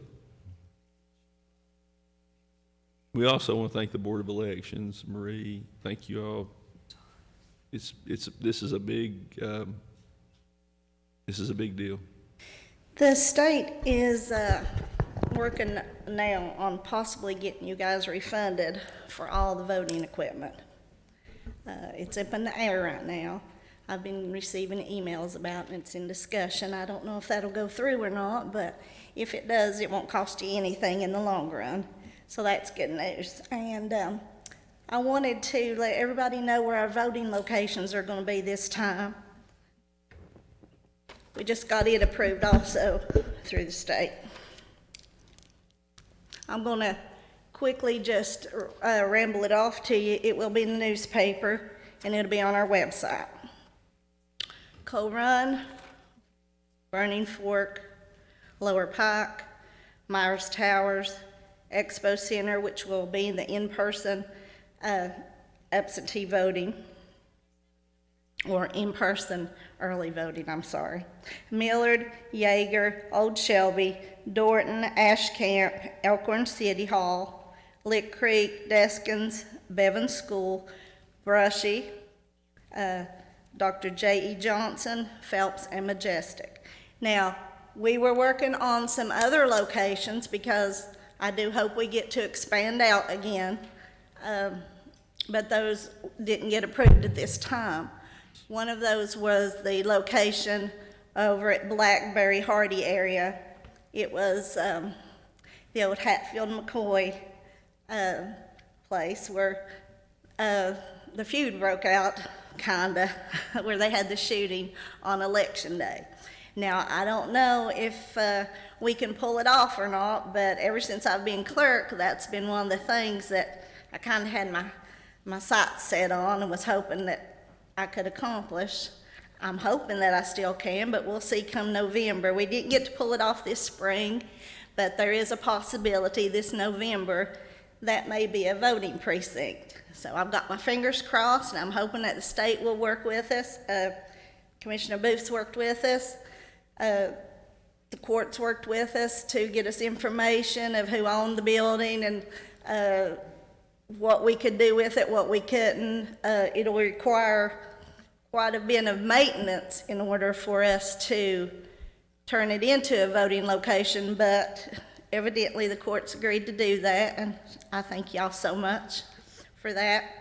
Our office is always open to help in the election department. If anybody has any questions about where they vote, if they're registered, want to know anything about our board members, anything about our hours. The thing that they've changed this year for in-person voting is that normally we had it quite a few days before the election, but this time it's going to be a little different. If you'll remember, last year we did it in our office, and we had people lined all the way down to the jail, which looked like it would take hours and hours to get in to vote, but we were pretty quick, and I had to run an election from the bed because I had COVID. So I've got my fingers crossed that I won't have it this year. And by the way, thank y'all for praying for my daughter when she had COVID last time I was in court. She recovered. She got one of the infusions, and within 24 hours she was back on her feet, and I really appreciate y'all doing that. I get so much support from my community and from the county, and y'all just don't know how grateful I am for my job and for you all. I'm really grateful for you all. I never knew that so many good people would reach out to you and love you so much. So I feel like such a blessed woman, and I love every one of you guys. I really do, and I'm hoping that everything works out in the election in November for me. I'm not on the ballot in May. I won't be on there until November because I don't have opposition on my party. Now, a lot of people think that when they go in May that they can just vote for whoever they want to, but Kentucky has a closed primary, which means you have to vote your particular party. So when you come in May, the Republicans will be voting for Republican candidates. Democrats will be voting for Democrat candidates. So a lot of us maybe that aren't on the ballot this time will get phone calls. You're not on the ballot. I went to vote for you, but you're not on there. So that's why a lot of us will be on there in November, which I know I'm rambling and I got off topic, but I just wanted everybody to know that we were working on getting a few different places for you guys to vote at, to add back into, because we were COVID, we had to go to all voting centers, which, by the way, worked out really well, and we're going to continue that. Got a lot of good compliments from people in the county, didn't have any complaints whatsoever, and everything went smooth, and hopefully it'll go smooth again. So I'll see you all on Election Day in May, at the courthouse. Anybody is welcome to come that wants to. When the election ends that night and the results come in, we have a lot of people pour in and gather around the monitor to take in the votes, and I really enjoy it when people in the communities come here to the courthouse on that night, because that's an opportunity for me to get to talk to them and see them and because I spend a lot of time here at this courthouse, and I don't get to mix and mingle like I used to, but I just want to say thank you to everybody and good luck to all candidates, and thank y'all for approving our voting equipment, and this will be in the paper. And, you know, we've got some poll workers here today, sitting back in the back. Stand up, Chester. Just had to look back and see him. He works for us almost every year, and we're grateful to every poll worker that we have, because we can't pull off these elections without you guys, so thanks. And Just one last, two things. One, Yeah. so the new equipment will be used in the fall election. it will. And the other thing is how many total places to vote in the county. I tried to write some of them down, but There's going to be 18. It's what we've prepared for. we're normally 57 precincts. Is that what? But all these precincts now are voting super centers, which means you can go to any of them and vote. So if you're working in a different part of the county, instead of having to try to get home to your precinct before 6, you can vote in any place. Any place. Any place. Now, the Expo Center is only going to be for 3 days, because that's the way the state has it designed. We have to have a place for in-person absentee voting. That's what I still call it. And normally we do it in our office. People that vote that way, they'll come to our office, but due to just 3 days opposed to the 12 that we used to have, or the 10, or each clerk has it different, I don't think that we could absorb that amount of people in 3 days. Yeah. It's going to be on Thursday, Friday, and Saturday. Now, the hours haven't been set yet because they're still debating whether they're going to give us the flexibility to decide our own hours, or whether we're going to be statewide on the same page and everybody has the same hours. But I will keep the public informed about that. Thank you, ma'am. You're Appreciate it. welcome. Rhonda, I give Paul the information on the hog trial cabin place, so he's got all the things that we need to make sure that we get in our November possible. Oh, I'm real excited about it. I think it kind of makes history again for Pike County, maybe a better history. Maybe we won't get into a few that day. All right. Is there a motion to award bid number 02-2022 for election voting equipment, election-related expenses, and maintenance to HARP equipment? I need to total that number up, Greg. Let's stand at ease. We're going to have to total this number up.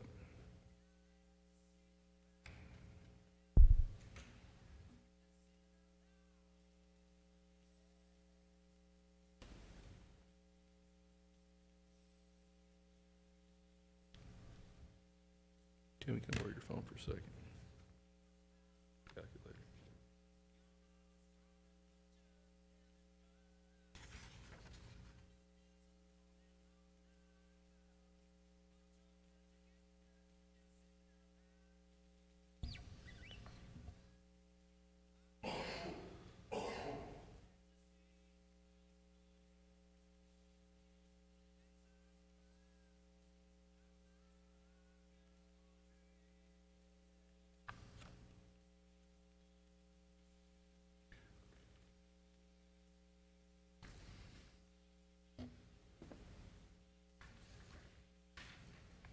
I've got 593, 354 is what you've got, Frankie. Yes, that's what I have. Okay. Is there a motion to award bid number 02-2022 for election equipment, per election expenses and maintenance to Harp Enterprises for the sum of $593,354? Motion. We have a motion by Commissioner Tackett. Is there a second? Second. Second by Commissioner Booth. I want to point out to the taxpayers that $125,000 of this will be reimbursed to the county from the Helping America Vote grant program. All this money is not going to be laid out up front. Jennifer would tell you that some of this money is due to, per election expenses. This is spread out over the next several elections, and then the maintenance up through 2029 will be included. So again, the sum is $593,354, and that will be spread in part over that period of time till 2029. We have a motion by Commissioner Tackett, a second by Commissioner Booth. Any other question or discussion? Seeing none, Madam Clerk, please call the roll. Commissioner Robertson? Yes. Commissioner Tackett? Yes. Commissioner Booth? Yes. Judge Jones? All right. Yes. That bid is awarded to Harp Enterprises. Congratulations. And I want to thank the Board of Elections, Jennifer Marie. We've tried to make your lives easier and make sure that we've ensured the integrity of the elections, increase the pay for our election workers, because it is hard to get people, and it's much appreciated, particularly in this COVID era. So, and Rhonda, I want to give big thanks to all the deputy clerks for what they do. You've got an excellent staff, and it's much appreciated. All right, Greg, please proceed. I've learned a lot about these elections through this process. Our new equipment will be in place for the general election this fall, and our 8-year service agreement will run through the primary in 2030. We'll have 12 elections from now until then. There'll be 6 primaries and 6 general elections through the spring of 2030. So it's a little bit more involved than I actually really knew it was, to be honest. Our second bid opening we've had since our last court meeting was on March 10th. It was for our annual March bids. They will be bid number 04 through 2022 through bid number 17-2022. On bid number 04-2022 is for building material. We had one bidder. It was J.D. Westcott of South Williamson, Kentucky. My recommendation is that we award the bid to J.D. Westcott. Bid number 05-2022 is for corrugated metal and HDPE plastic pipe. 3 bids were received. Greg, let's do this. Let's just do each one of these individually, okay? All right, is there a motion to award bid number 04-2022 for building materials to J.D. Westcott and Son of South Williamson? Motion by Commissioner Booth, is there a second? Second by Commissioner Robertson. Any question or discussion? Seeing none, Madam Clerk, please call the roll. Commissioner Robertson? Yes. Commissioner Tackett? Yes. Commissioner Booth? Yes. Judge Jones? Yes. Bid number 05-2022 is for corrugated metal and HDPE plastic pipe. There were 3 bidders: J.D. Westcott of South Williamson, MGC Supply of Pikeville, and Drains Unlimited of Prestonsburg. My recommendation is that we award the bid to all 3 vendors. Okay.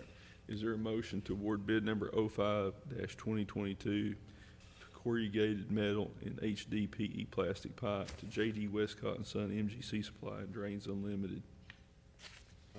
Motion by Commissioner Robertson. Is there a second? Second. Second by Commissioner Tackett. Any other question or discussion? Seeing none, Madam Clerk, please call the roll.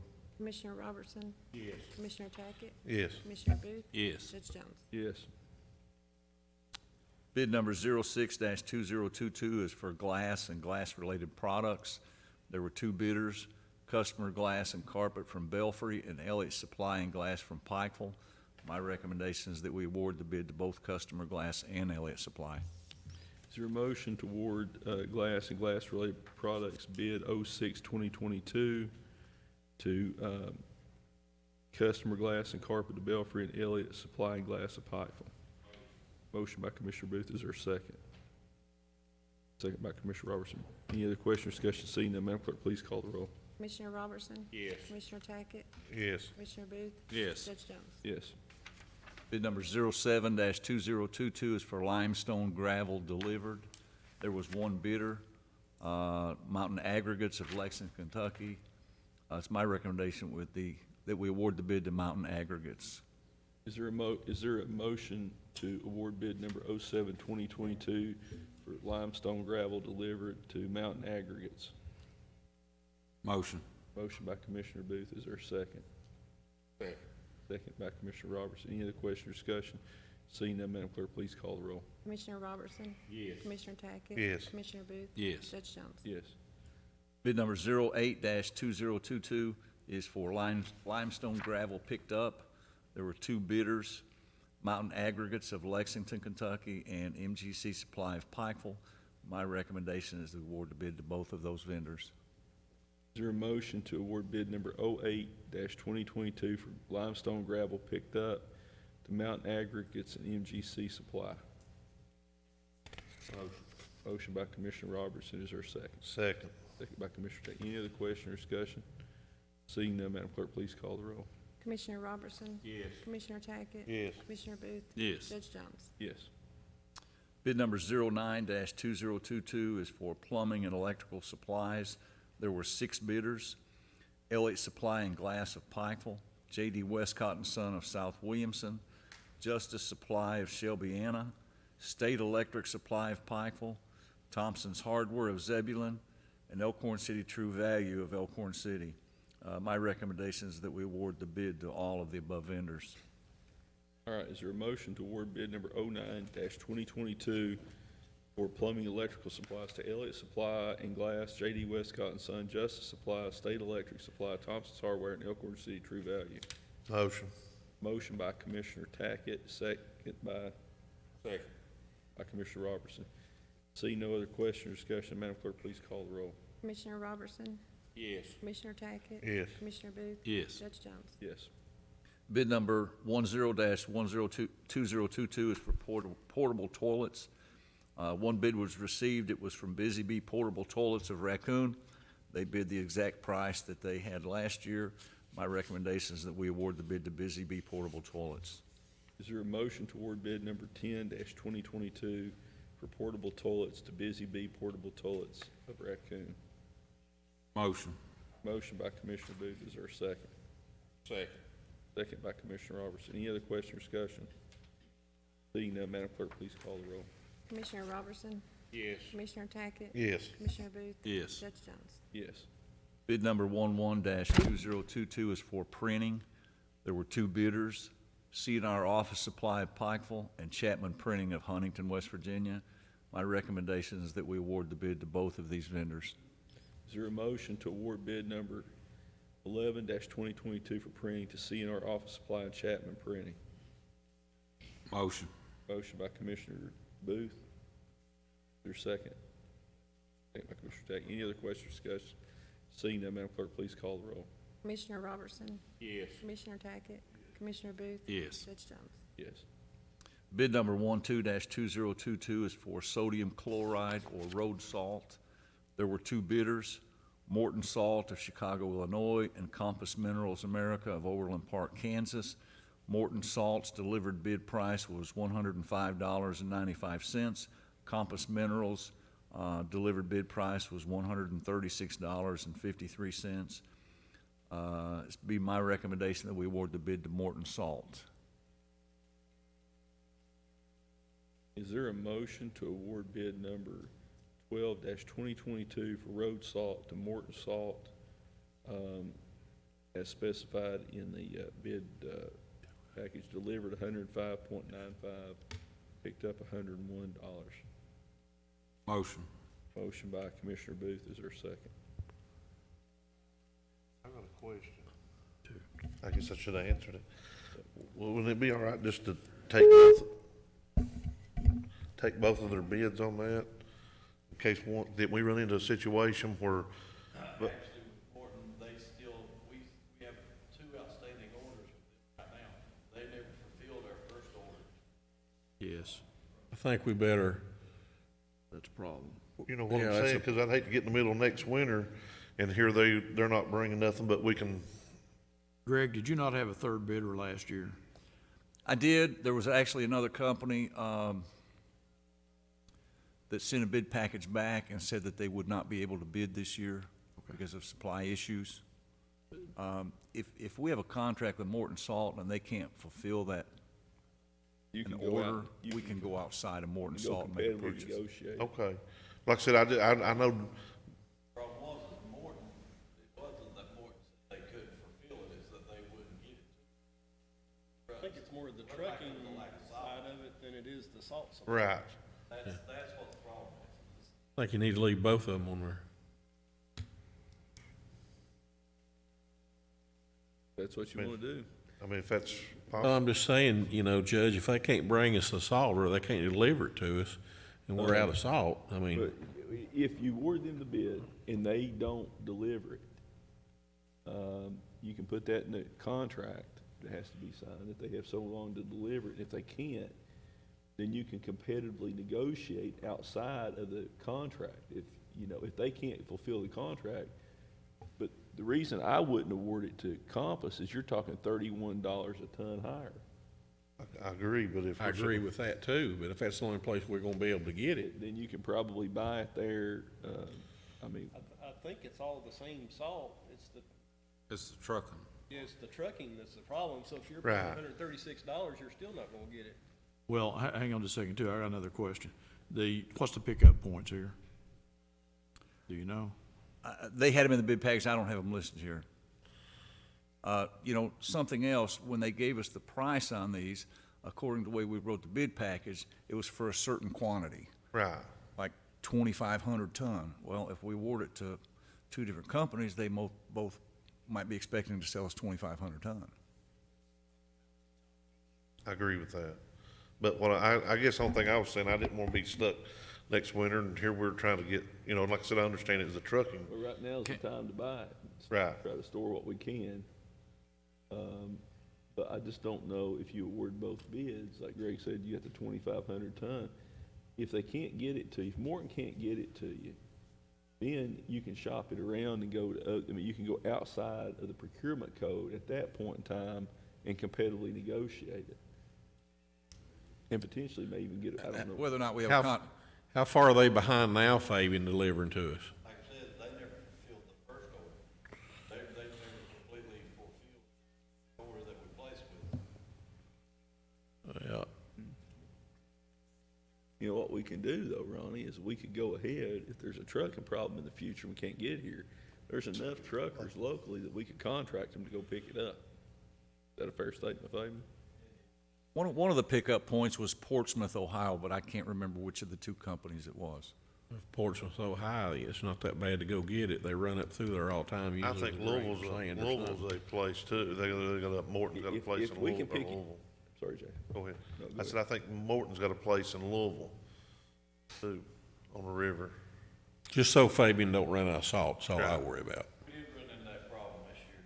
I mean, it was, you know, trying to get the salt and round it up. Greg, your other bidder was Cargill last year. I'm sorry? Cargill. Year. No, we had more than salt last year. Cargill, No, but Cargill bid last year, right? Did they, Yes, the previous year to this year. previous year Cargill Yes, bid. and then last year and this year, they sent back a bid package but said they wouldn't be able to bid. Yeah. I've got a little bit of experience with this, Judge, and it's more than trucking. Because when you get into the height of the winter, they divert this salt to large municipalities and northern states. And it gets hard for smaller customers to receive material. That's a factor as well. Unless we can get our salt being built up on the Ford Mountain and store some, you know. And that's what you're saying about the salt bin. That's one reason why we're wanting that, is so that this don't happen. Like you said, we could get these orders through the summer. Like Greg was saying, if we had 2,500 tons, what we agreed to purchase, maybe we could get it all at one time during the summertime, have it stored up, and then be okay through the winter, you know? Out on the regular lots. Do what now? I said, out on the regular lots, how much can That's they? what I'm saying, you know, like, Could they hold 2,500 ton and then no, like we could hold 1,000 in our salt barn, then we could, you know, the lots could hold the rest of that. Phelps could hold quite a bit of salt. Yeah, Phelps will hold around 600, Marbone hold probably 300, Robson Creek hold 350. So, I mean, you know, we could get, with the salt barn that we could build, we could hold the 2,500. We could store it. like I said, I just don't want to get caught without salt. Yeah, because that's the problem, and we're still trying to get those orders, you know, from Morton. that we had already had placed. We've got 2 orders with them right now, and like I said, the very first order we placed has still not been met. How long has it been? Oh, this was back before the first snow. We placed that first order before the first snow. How are we on salt right now if we had another snowstorm? We're low. I mean, we could make it, but we're low. We've probably got one more snow is what we could handle without getting salt in. Because we've had to get some from the state under the contract. We did. We got 400 ton. Ordered from them now? No, we've already picked it up. We've already picked that up. What's the state paying for salt? Do you know, Fabian? I do not know. Well, actually, I think it's right around the same price. I'm trying to think what we pay the state when we go pick it up. I think we pay them. Maybe 90 something a ton. Yeah, something like 90 something a ton or something. I mean, if you want that hard number, I can step right here and get it for you real fast. So Morton owes us some salt now, right? They do. How many ton? Well, that's another number I'd have to stop. Well, we've got 6 road lots, probably. I think we've got at least 50 ton per road lot ordered. So if we don't have any more snow, we'd probably be okay. No, yeah, we're going to be fine. Going into the next year. Yeah, I was kind of like you, though. We do, before next winter, we need to get something so we don't get ourselves in this bind. Right. Just leave the door open. Exactly. Leave the door open. If they can't come through, then we've got an option or put it in the. So we can do what the judge said there. Yeah. Okay. Greg, are there fuel adjustment costs on this? No, sir. So there won't be any increase for fuel cost? No, there wasn't anything like that stipulated in the bid package. So what's the pleasure of the court? I mean, Just go like you said, and if they can't furnish us a salt, then we can go somewhere else and get it. I do think that. But that don't mean we're gonna get it, I don't think. I do think we need to put a bid out to construct this salt barn once we get the design. Have we got a design yet, Fabian? I'm a little behind on that. I'm working on it. I'm the hold up on the farm. Well, you've had a few other things to worry about. If we can get that constructed before winter, then we got a shot at stockpiling some of it. Yeah. But what I think we ought to go ahead and do in the summer is go ahead and load up every salt bin. Done that last week. That's why, and that, make sure we got as much salt as we can get stored. One thing I think we need to ask is if there's a way, I don't know if this is possible or not, if the state would allow us, if they've got any excess room in their salt bins, that they would let us maybe stockpile some in their salt bins. I don't know if that's possible. But, if we, I think the biggest thing would be build a salt barn at Ford Mountain, and that way we can just stock our own. question is, can we get it designed and put out for bid? Okay. Let's make sure we get it full through the summer here. I agree. Because that's a big hassle for Ike. You have to go all the way back up on Airport Hill to get that salt and truck it all the way down Brushy as far as he's got to go. It's a long way. It's a long way. Johns Creek. All right. Same way Phelps on Johns Creek. Yeah. All right, so we have a bid motion by Commissioner Booth to award bid 12-2022 for road salt to Morton Salt. Is there a second? Second. Second by Commissioner Tackett. Any other question or discussion? Seeing none, Madam Clerk, please call the roll. Commissioner Robertson? Yes. Commissioner Tackett? Yes. Commissioner Booth? Yes. Judge Jones? Yes. Bid number 13-2022 is for tires and tubes. We received one bid. It was from Appalachian Tires Products of Pikeville. My recommendation is that we award the bid to Appalachian Tire. Is there a motion to award bid number 13-2022 for tires and tubes to Appalachian Tire? Motion. Motion by Commissioner Robertson. Is there a second? Second. Second by Commissioner. Any other question or discussion? Seeing none, Madam Clerk, please call the roll. Commissioner Robertson? Yes. Commissioner Tackett? Yes. Commissioner Booth? Yes. Judge Jones? Yes. Bid number 14-2022 is for guardrail. There were zero bids received. After some discussion with the road supervisor, this is something we'll probably not have to bid again. Bid number 15-2022 is for cleaning supplies, chemicals, and related items. 2 bids were received. BWB Enterprise of Matewan, West Virginia, and East Kentucky Chemical of Pikeville.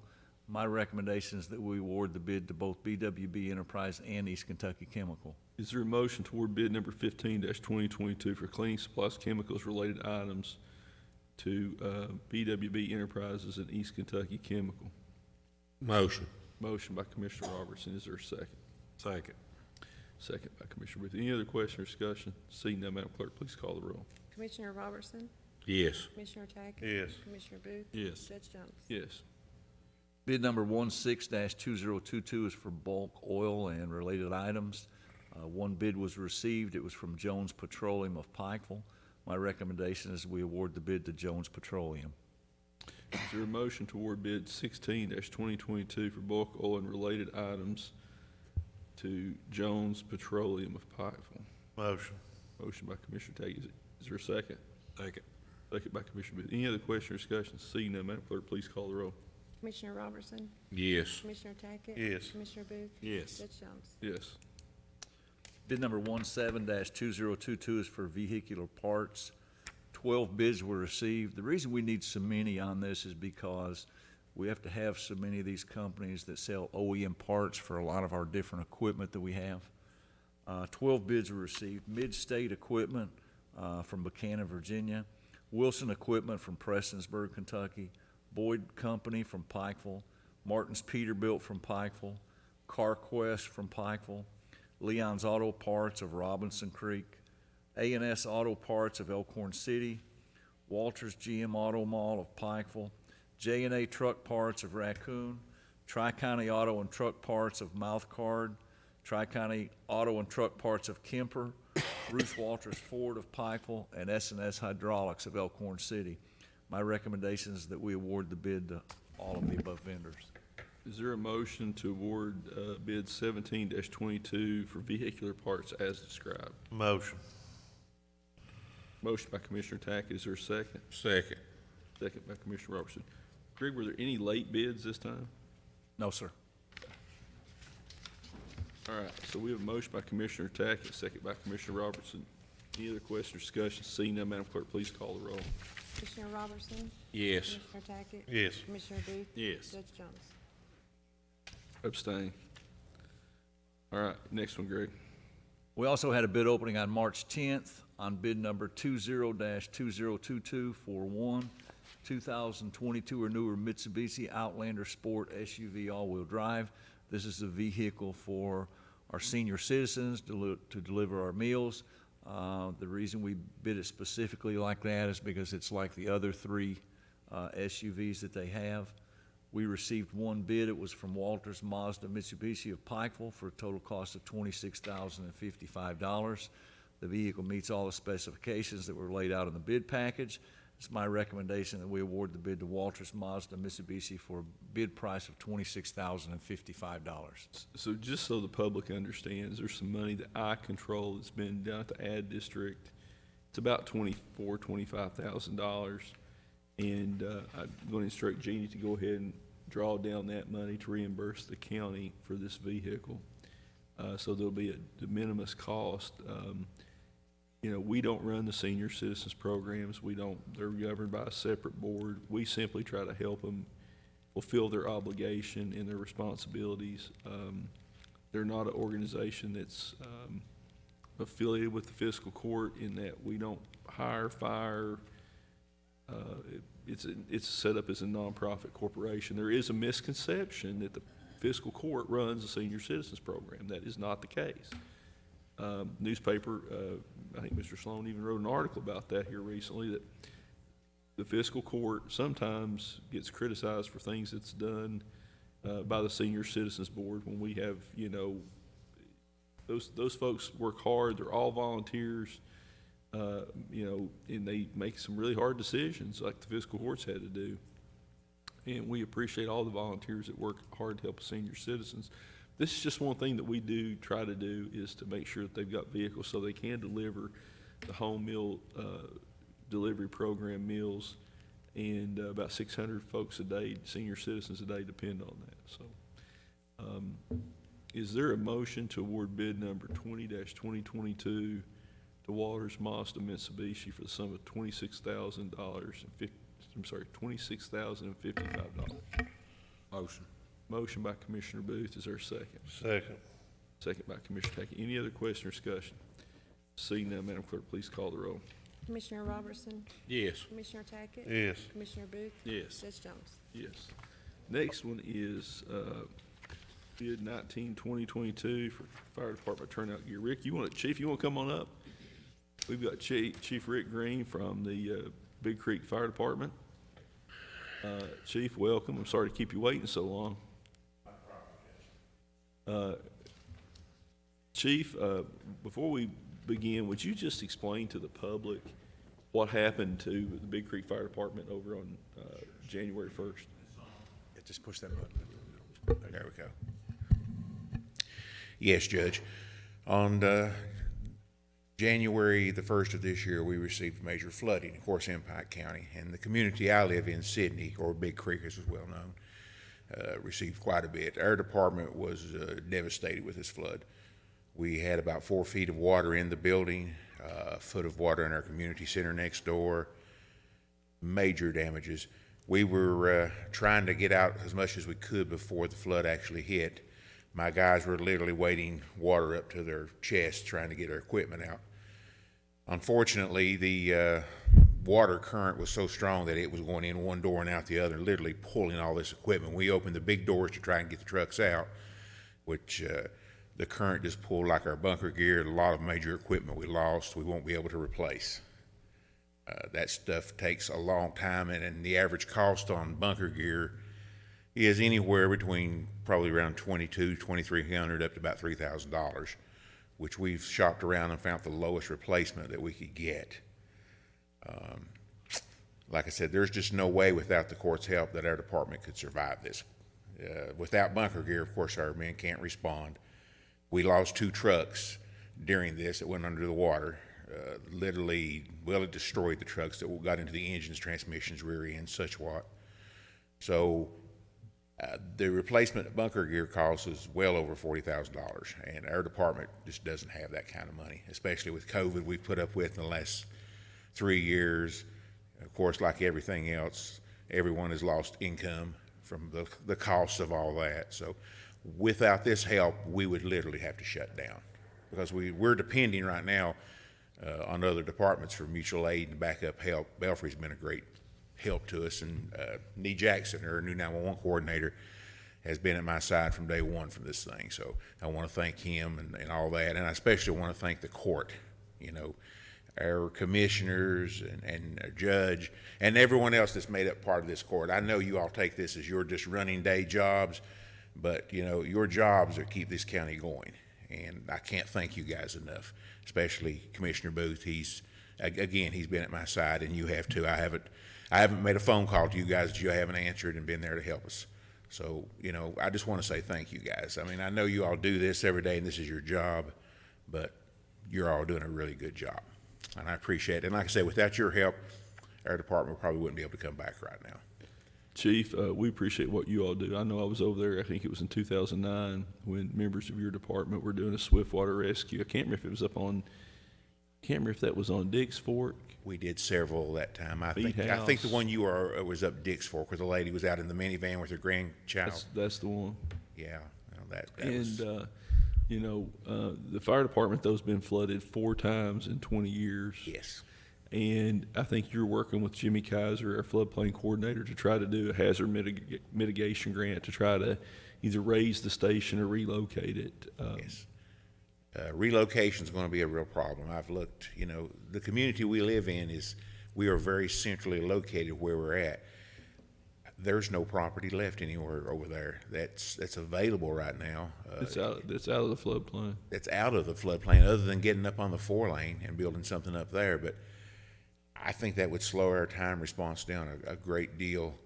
Plus, you know, building it up there with no one around it and stuff, security issues would be a problem. I think anything that would be by itself up there, it would be hard to take care of. But we'll figure that out, you know, providing that this mitigation grant goes through. We'll find a place. Mr. Kaiser's coming up real quick. He read my mind. Oh, did he now?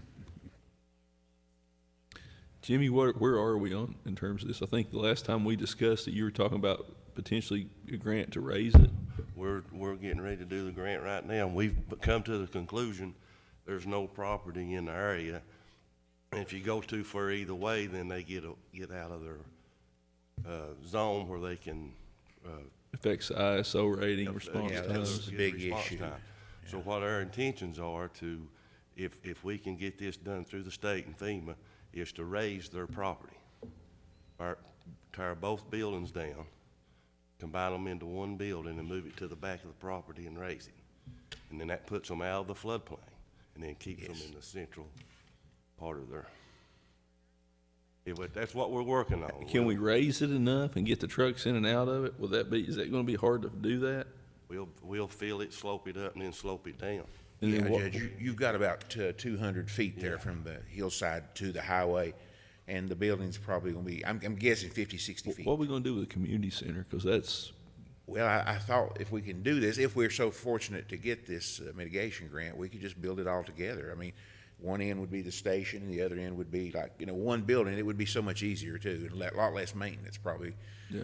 The building we're in now, both of those buildings were built around, well, one was built in 74 and one was built in 79.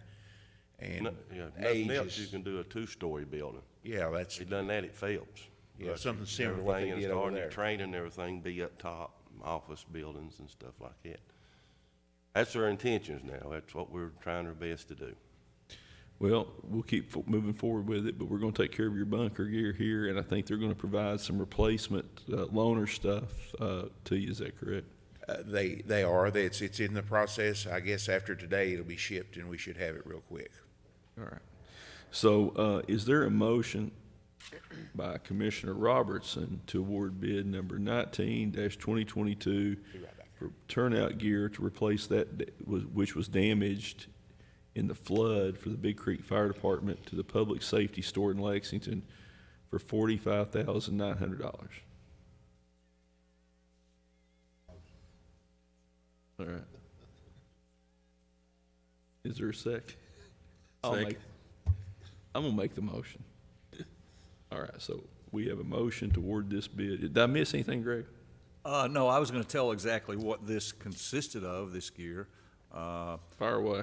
Turnout gear, the chief referred to it as bunker gear. I'm not as familiar with it, I'm sure, as he is. But what this is, what this total comes to is, it is for 20 complete sets. It is for the turnout coat, the turnout pants, the hood, the fire armor gloves, the fire helmet, leather fire boots, and a turnout gear bag. That would be for 20 people. All right. So we have a motion by Commissioner Booth, second by me. Any other question or discussion? Seeing none, Madam Clerk, please call the roll. Commissioner Robertson? Yes. Commissioner Tackett? Yes. Commissioner Booth? Yes. Judge Jones? Yes. Thank you all. Chief, sorry to keep you waiting. No problem. That's yours right there, Reggie.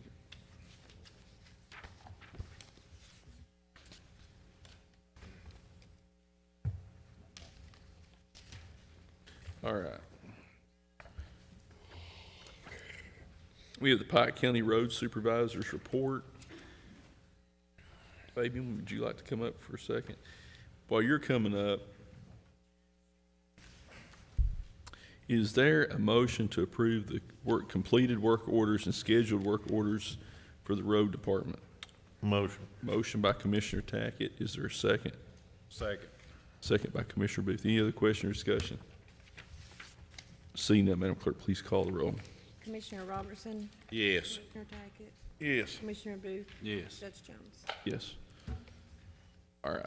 Mr. Little, give us an update on where we're going to be in terms of the roads, particularly over in Blackberry and Johns Creek, the areas that were damaged by flooding, and where we're going to be by April 11th when the blacktop plant opens. Okay, well, first, I'd just like to say that this weekend, we spent all weekend plowing and removing snow, so we couldn't do the flood work. As far as all of our flood damage stuff, it will be done and we'll be ready to blacktop by the time the plant opens. It's projected to open on April the 11th. There's no reason why we will not be ready to go by then. I was out this weekend looking at the roads, and probably the worst 3 roads that we have left as flood damage, which we are working in, was going to be Gabriel, Pritchard, and Meat House. We're in Gabriel and Pritchard now. Probably we'll finish up this week. We will be in Meat House next week. So actually by the end of next week, we should be just about done with our flood damage. And now when I say done with our flood damage, now that is barring our contractor as far as our drill steel. Now we still have to wait to get him in to do our drill steel work. We're temporarily fixing these breaks, but they will come back, and then he will drill and fix those permanently. There's one place I need you to look at for me. It's up on Stone. Brian, help me. It's where Matthew Klein lives. Coburn Street. And that street runs beside the creek, and there's a bunch of erosion. I don't know if we have that, and it's a short section of that street, but it's eroding, the creek bank is. I don't know if we have that on the list of FEMA work or not. I'm afraid that it's going to eventually eat back up under that small section of County Road. Could you take a look at, have you looked at that yet? No, actually, I think this is the first time that's been mentioned. Yeah, I've looked at it, and I think. Well, no one hadn't mentioned it to me. Yeah, I mean, it's something Brian and I are aware of that I don't know if FEMA will cover that or not, and I need to look at it to see if we can get that, if FEMA, A, will cover it, and B, if it's something permissible that we can fix. I think it is. It's not back to the road yet, but it's getting there, isn't it, Brian? Yeah, it's not back there yet, but it's something that probably. It's not been an emergency situation. Okay. But it's something that we probably need to look at. Mm-hmm. Anything else that you all have to point out to him on that? What about on Blackberry on Big Blue Springs? We getting close to it? Absolutely, we'll be in there this week, and then it'll be done. Big Blue Springs is not that bad anyway. I run Big Blue Springs Sunday. I mean, it has damage. It needs some work done to it, but it by no means is even close to being impassable. Or, I mean, it's like I said, it has work to do, but it's not. What about the drains, man, you looked at on Dials Branch up there? Did we ever get anything with those people on that? Where they was collapsing up there, when me and you turned that when we run that road looking at it for blacktop. Remember right there around Red Varney Hill? Where you'd No, we never did figure out a solution to that problem. I mean, that is a thing where that is a private drain, but the property owner says that they do not have the money to replace them. It's kind of a situation where every time that the water rises, it's going to cause a flooding issue for us. But they say they can't afford to replace the drain pipe. Wonder if, well, they probably wouldn't agree to it. If those drains don't come out, they're going to continue to damage that road. Absolutely, it will. Every time it rains, every time you have high water, it will flood and damage the county road there. Because it has, I mean, it's proven it. It's done it every, 3 times now. Yeah, you just hate to put new blacktop in there, and then it's kind of a waste of money to put blacktop in there if we're not going to remove it. Problem is, if we go in and just take them out, it's not just their yard, it's also their driveway. I mean, it's kind of like, if we go in there and just rip them out, then we've actually took away their access to their property. So you're in a no-win situation there. We can't replace a private drain. We No, that's can't what I'm pay saying. for I it. mean, it's really a bad situation because if you don't do nothing, it's gonna continue to get worse. Yep. And then it doesn't make any sense, and it's not fair to the people above there if you blacktop it, you're gonna waste your money on blacktop. I mean, it's just. What can you do on it then? That's what I'm saying. Really does, I mean, just keep trying to talk to the property owner to see if they will purchase, the drain pipe. And I have already spoke with them and told them, you know, that if they purchase the drain pipe, we can install it. Yeah, I don't think they understand how bad of a situation they've got, really. I don't think they, well, no, yeah. We don't want to have to take anybody's driveway out, but if it's damaging the county road, I mean, at some point. Well, every time it floods so far, it has. Yeah. We've been up there every time it rains. I don't know how you fix that. I don't know if, I mean, the option will be to I'll just take communicate back with the property owner and talk to them some more and see if we can figure out a way that they can get the pipe. It's not that we don't want to help them, but we can't buy a drain for a private driveway. No. No, and it damages a lot of road down through there. I mean, it's not just one little section. It damages quite a bit of road. That's all. What is it, 60 foot of drain pipe? I think their section. Yeah, I mean, think they've got about if they 60 couldn't foot. afford it where the county crosses, probably they could get by with a 20-foot section to get them in and out. Leave the rest of it open if they would agree to that. Fabian, there's one other issue. I don't know the name of the road, but it's on Barnshee. It's where Hillard Mounts lives. Do you know what I'm talking about? It's on the left. I'm not sure what that. I know what you're talking about. Are you familiar with that situation? Is that a private road or is that a county road up through there?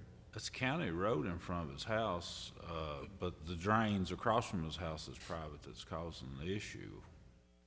I think they bought a couple drains for us to put in, maybe. It's laying there.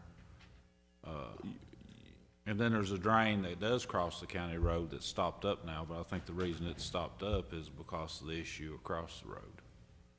What can we do to fix that? Well, that's about like the one up there, if those drains gonna have to come out of the creek. Have they bought the drains? There's two laying up there. I'm assuming that they bought them. They've not contacted me and told me that There's that's two. what it was. Well, it'd take more than those two to fix the whole thing that they've got covered up now, but there's two 5-footers laying up there. Yeah, they've not contacted me. We'll reach out to them then. All righty, that's something we can do after the meeting today. All right. Seen that, I was.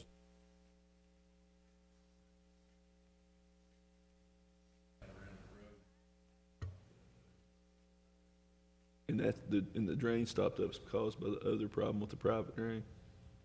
Okay.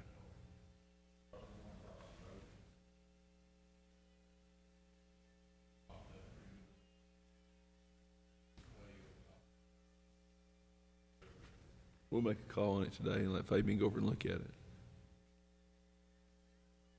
Anything else y'all have?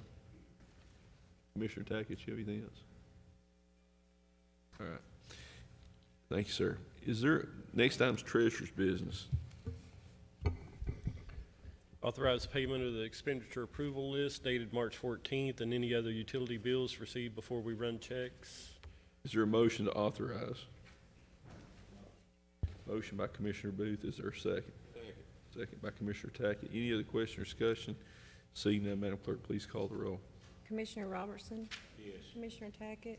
Commissioner Booth? Yes. Judge Jones? Yes.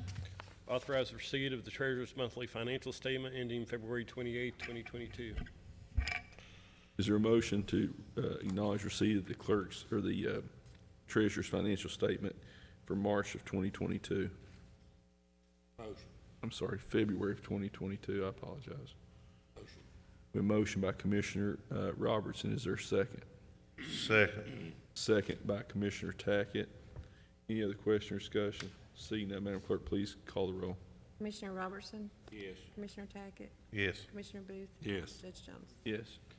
Acknowledge receipt of the sheriff and the clerk's 2550 report for February. Is there a motion to acknowledge receipt of the sheriff and clerk's 2550 report for February 2022? Motion. Motion by Commissioner Tackett. Is there a second? Second. Second by Commissioner Booth. Any other question or discussion? Seeing none, Madam Clerk, please call the roll. Commissioner Robertson? Yes. Commissioner Tackett? Yes. Commissioner Booth? Yes. Judge Jones? Yes. Authorize checks for registration and expenses, no lodging for any employee who needs to attend the 2022 East Kentucky Leadership Conference, April 28th through the 29th at the Appalachian Wireless Arena in Pikeville. I would just like to briefly touch on this. I am one of the members of the Board of Directors of the East Kentucky Leadership Conference, Leadership Foundation.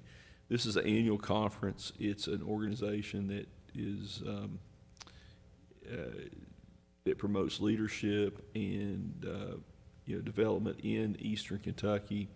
The conference is going to be hosted here. Pike County is the host county, Pikeville the host committee. We've worked closely with the folks at the city and the Expo Center to make this a success, and we encourage everyone to attend. It's close by. All we have to do is walk over, and I think that it should be an interesting conference. So we have is there a motion? Yes. Motion. Motion by Commissioner Tackett. Is there a second? Or I'm sorry, Commissioner Booth. Is there a second? Second. Second by Commissioner Tackett. Any other question or discussion? Seeing none, Madam Clerk, please call the roll. Commissioner Robertson? Yes. Commissioner Tackett? Yes. Commissioner Booth? Yes. Judge Jones? Yes. Authorize a check to Grace Custom Signs in the amount of up to $2,500 for banners and signs for the Hillbilly Days. And I think this is for the bicentennial, welcoming people to Pikeville and Pike County for Hillbilly Days and for the county's bicentennial. We want people to realize the historic significance of this year as the 200th year since the formation of the Pike County government. Is there a motion to authorize a check to Grace Custom Signs up to $2,500 for banners and signs for the festival? Motion. Motion by Commissioner Robertson. Is there a second? Second. Second by Commissioner Booth. Any other question or discussion? Seeing none, Madam Clerk, please call the roll. Commissioner Robertson? Yes. Commissioner Tackett? Yes. Commissioner Booth? Yes. Judge Jones? Yes. All right. Any other business, Mr. Stacy? That's all I had, Judge. We do have need for executive session. Colonel Downey, would you please instruct the public and the court on the relevant provisions of the Kentucky Open Meeting Law as set forth in KRS Chapter 61 as it pertains to the entry into executive session by fiscal court? Judge, the court can go into executive session under KRS 61.810 under paragraph C to discuss proposed or pending litigation, and under paragraph F to discuss specific personnel issues and matters. And we do have both to discuss. Is there a motion to enter into executive session? Motion. Motion by Commissioner Tackett. Is there a second? Second. Second by Commissioner Robertson. Madam Clerk, please call the roll. Commissioner Robertson? Yes. Commissioner Tackett? Yes. Commissioner Booth? Yes. Judge Jones? Yes. Be in recess for executive session. We're trying to call the chair. Is there a motion to adjourn from executive session? Motion. Motion by Commissioner Tackett. Is there a second? Second. Second by Commissioner Robertson. Madam Clerk, please call the roll. Commissioner Robertson? Yes. Commissioner Tackett? Yes. Commissioner Booth? Yes. Judge Jones? Yes. It will be my motion to hire Thomas Gibson as a technical assistant in emergency management at a 2H rate of pay, and to move Willis Brown to the solid waste transfer as a transfer attendant at a 3H rate of pay. Is there a second? Second. Second by Commissioner Tackett. Any question or discussion? Seeing none, Madam Clerk, please call the roll. Commissioner Robertson? Yes. Commissioner Tackett? Yes. Commissioner Booth? Yes. Judge Jones? Yes. All right, we have Department Supervisors comments. Anything from personnel? Anything from the animal shelter? Anything from the trail office? Anything from safety? Ms. Skaggs, anything? Anything from purchasing? Greg, I signed all those contracts. My hand is numb now. All right. Anything from the grant office, Eric or Sharon? Anything from floodplain, solid waste, finance, public works, emergency management, road department? Anything from the treasurer or clerk's office? No, sir. Wrote down anything, sir? No, Judge. All right. Judge Hickman, anything? All right. Commissioner Tackett, anything? Judge, I just wanna, we had a pretty rough day Saturday, had a lot of snow, and, we had some issues, I think. Fabian in here? We had a couple trucks, I think, getting the ditch in the District 2 area, and it slowed us down a little bit, but we did get to everybody and got everything cleaned up, and I just wanna thank the guys for their weekend working, so, other than that, Judge, that's all I've got. Thanks, sir. Commissioner Roberts. Just about the same thing Jason said. I don't know if people realize how many hours the road department's worked. I know they've not had a Saturday off, and now they work straight through all weekend. I don't know how long they work Sunday, Judge. You know how long they work Sunday? No, Fabian. How long were the road department guys out Sunday?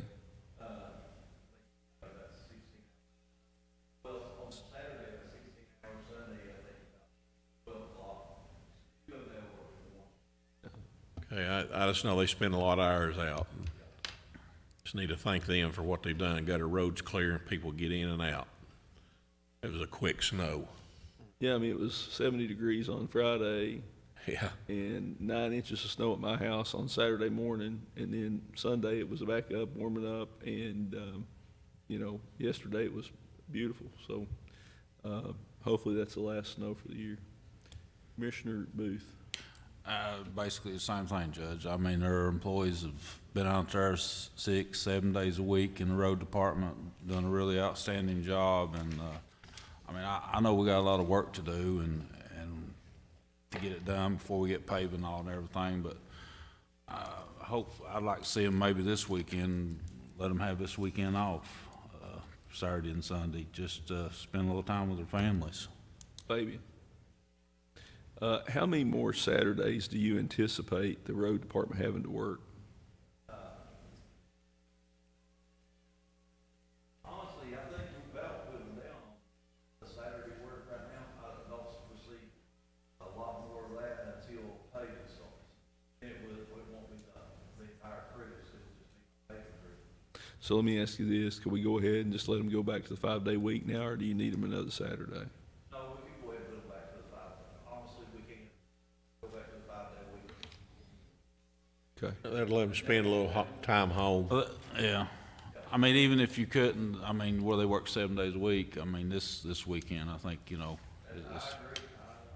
Let's just put them back on the 5-day week, and then the special crew obviously will be back paving when the plant opens back up, so. Because we're down now, like I said, we've got, talking with her. All right. And also, Judge, I just remember Diane Thacker's still yet, where she's had her surgery and stuff and all. Yeah, I talked to Diane yesterday, and she seemed to be doing better. She had knee surgery. Knee surgery. Yeah. But we wish Diane a speedy recovery, and I told her she'd do anything to keep from having to come to fiscal court, man. That's all I've got, Judge. All right, I just have one thing to touch on before we conclude. I received a letter a couple weeks ago from Miss Barbara Payne, who's the chairman of the St. Louis Corvette Club. It says, "Greetings, I'm writing this letter in reference to the experience the St. Louis Corvette Club had with the Pike County Tourism Office on Wednesday, October 22nd, 2021. I work closely with Tony Tackett in organizing a wonderful trip to your area for our club. In addition to Tony's expert input, I was given some good advice by Jay Shepard a year before our club came to your area. He is also the one who told me to call Tony for more information on group trips. I also want to mention that John DeBarker assisted Tony during the time he spent with our group. She was a great asset and very helpful and answered our questions. The first thing I want to say about this group of people in the Pike County Tourism Office is that they made our trip run so smoothly from the beginning to the end. I have never worked with a tourism office in the U.S. that has been so accommodating and people-oriented. They went over and above what a normal tourism office would do. My experience of using a tourism office is to get local information about things to do, places to eat, etc. This office exceeds the normal role of what I would expect from a tourism office. Tony worked patiently with me in planning activities for the area with our Corvette group. The night we arrived in Pike, our Corvette Club was greeted with first-class service by helping us unload our 10 cars and getting us checked into our rooms in a timely, efficient manner. One of the members said to me he was never checked into a hotel as fast as we experienced that night. After checking in, Tony and John walked us to Cheerleading for dinner. They both helped serve and assist the restaurant staff, and then gave us a tour of the house we ate in. The walk home through the Pikeville downtown was delightful. The next day, Tony and John spent showing us around sites in the area. It was a wonderful day. Some of the highlights were a private tour of Loretta Lynn's home by her niece, Herma Lee Webb.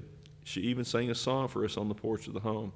Another highlight was the front porch picnic show at the Country Music Highway Museum. We had so much fun dancing and listening to music and watching the locals enjoy themselves. The entire time we were gone that day, both Tony and John were with us and showed us a good old time. The next morning, they both also were with us when we stopped at Bob Amos Park to see the Pikeville Cut-Through project. Tony gave us a great explanation of the work done on the project. We then said our farewells to both of them. I have to say that when I was planning this section of trip in Eastern Kentucky, I was a little bit unsure of what to do, where to stay, and where to eat. Tony and his team made those concerns vanish, and we experienced the best time. You should be very proud of the team that works at the Pike County Tourism Office. They are the best. One of my trip co-planners that helped plan other days of our trip this past October wanted to add his thoughts. The days in Pikeville were wonderful because we didn't have to do anything except follow Tony's lead, although it did look strange to have 10 Corvettes following a Chrysler minivan. If only we had Tony and our team for our entire trip. Sincerely, Barbara Payne. So I wanted to read that because I thought it was a great testament to Tony and the tourism office, and those are the type of things that we need to do. We need to bring people in from outside the region, because not only does it bring money in, but it changes people's perception of Eastern Kentucky. A lot of people have misconceptions and stereotypes about Eastern Kentucky. This is how we change them. So I want to again say a big thank you to Tony and the staff of the tourism office. All right, I don't think I have anything else. Is there any other business to come before the court today? With that being said, I'd like to ask William Spears to come up and say the benediction, and then we will entertain a motion to adjourn.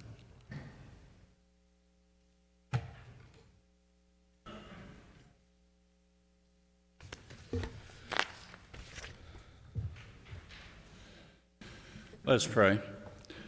Father God, we come to you today, and we thank you, Lord, for the opportunity to be here and for the decisions made, Lord. And we pray that, Lord, you guide those decisions for the betterment of this county and the people therein.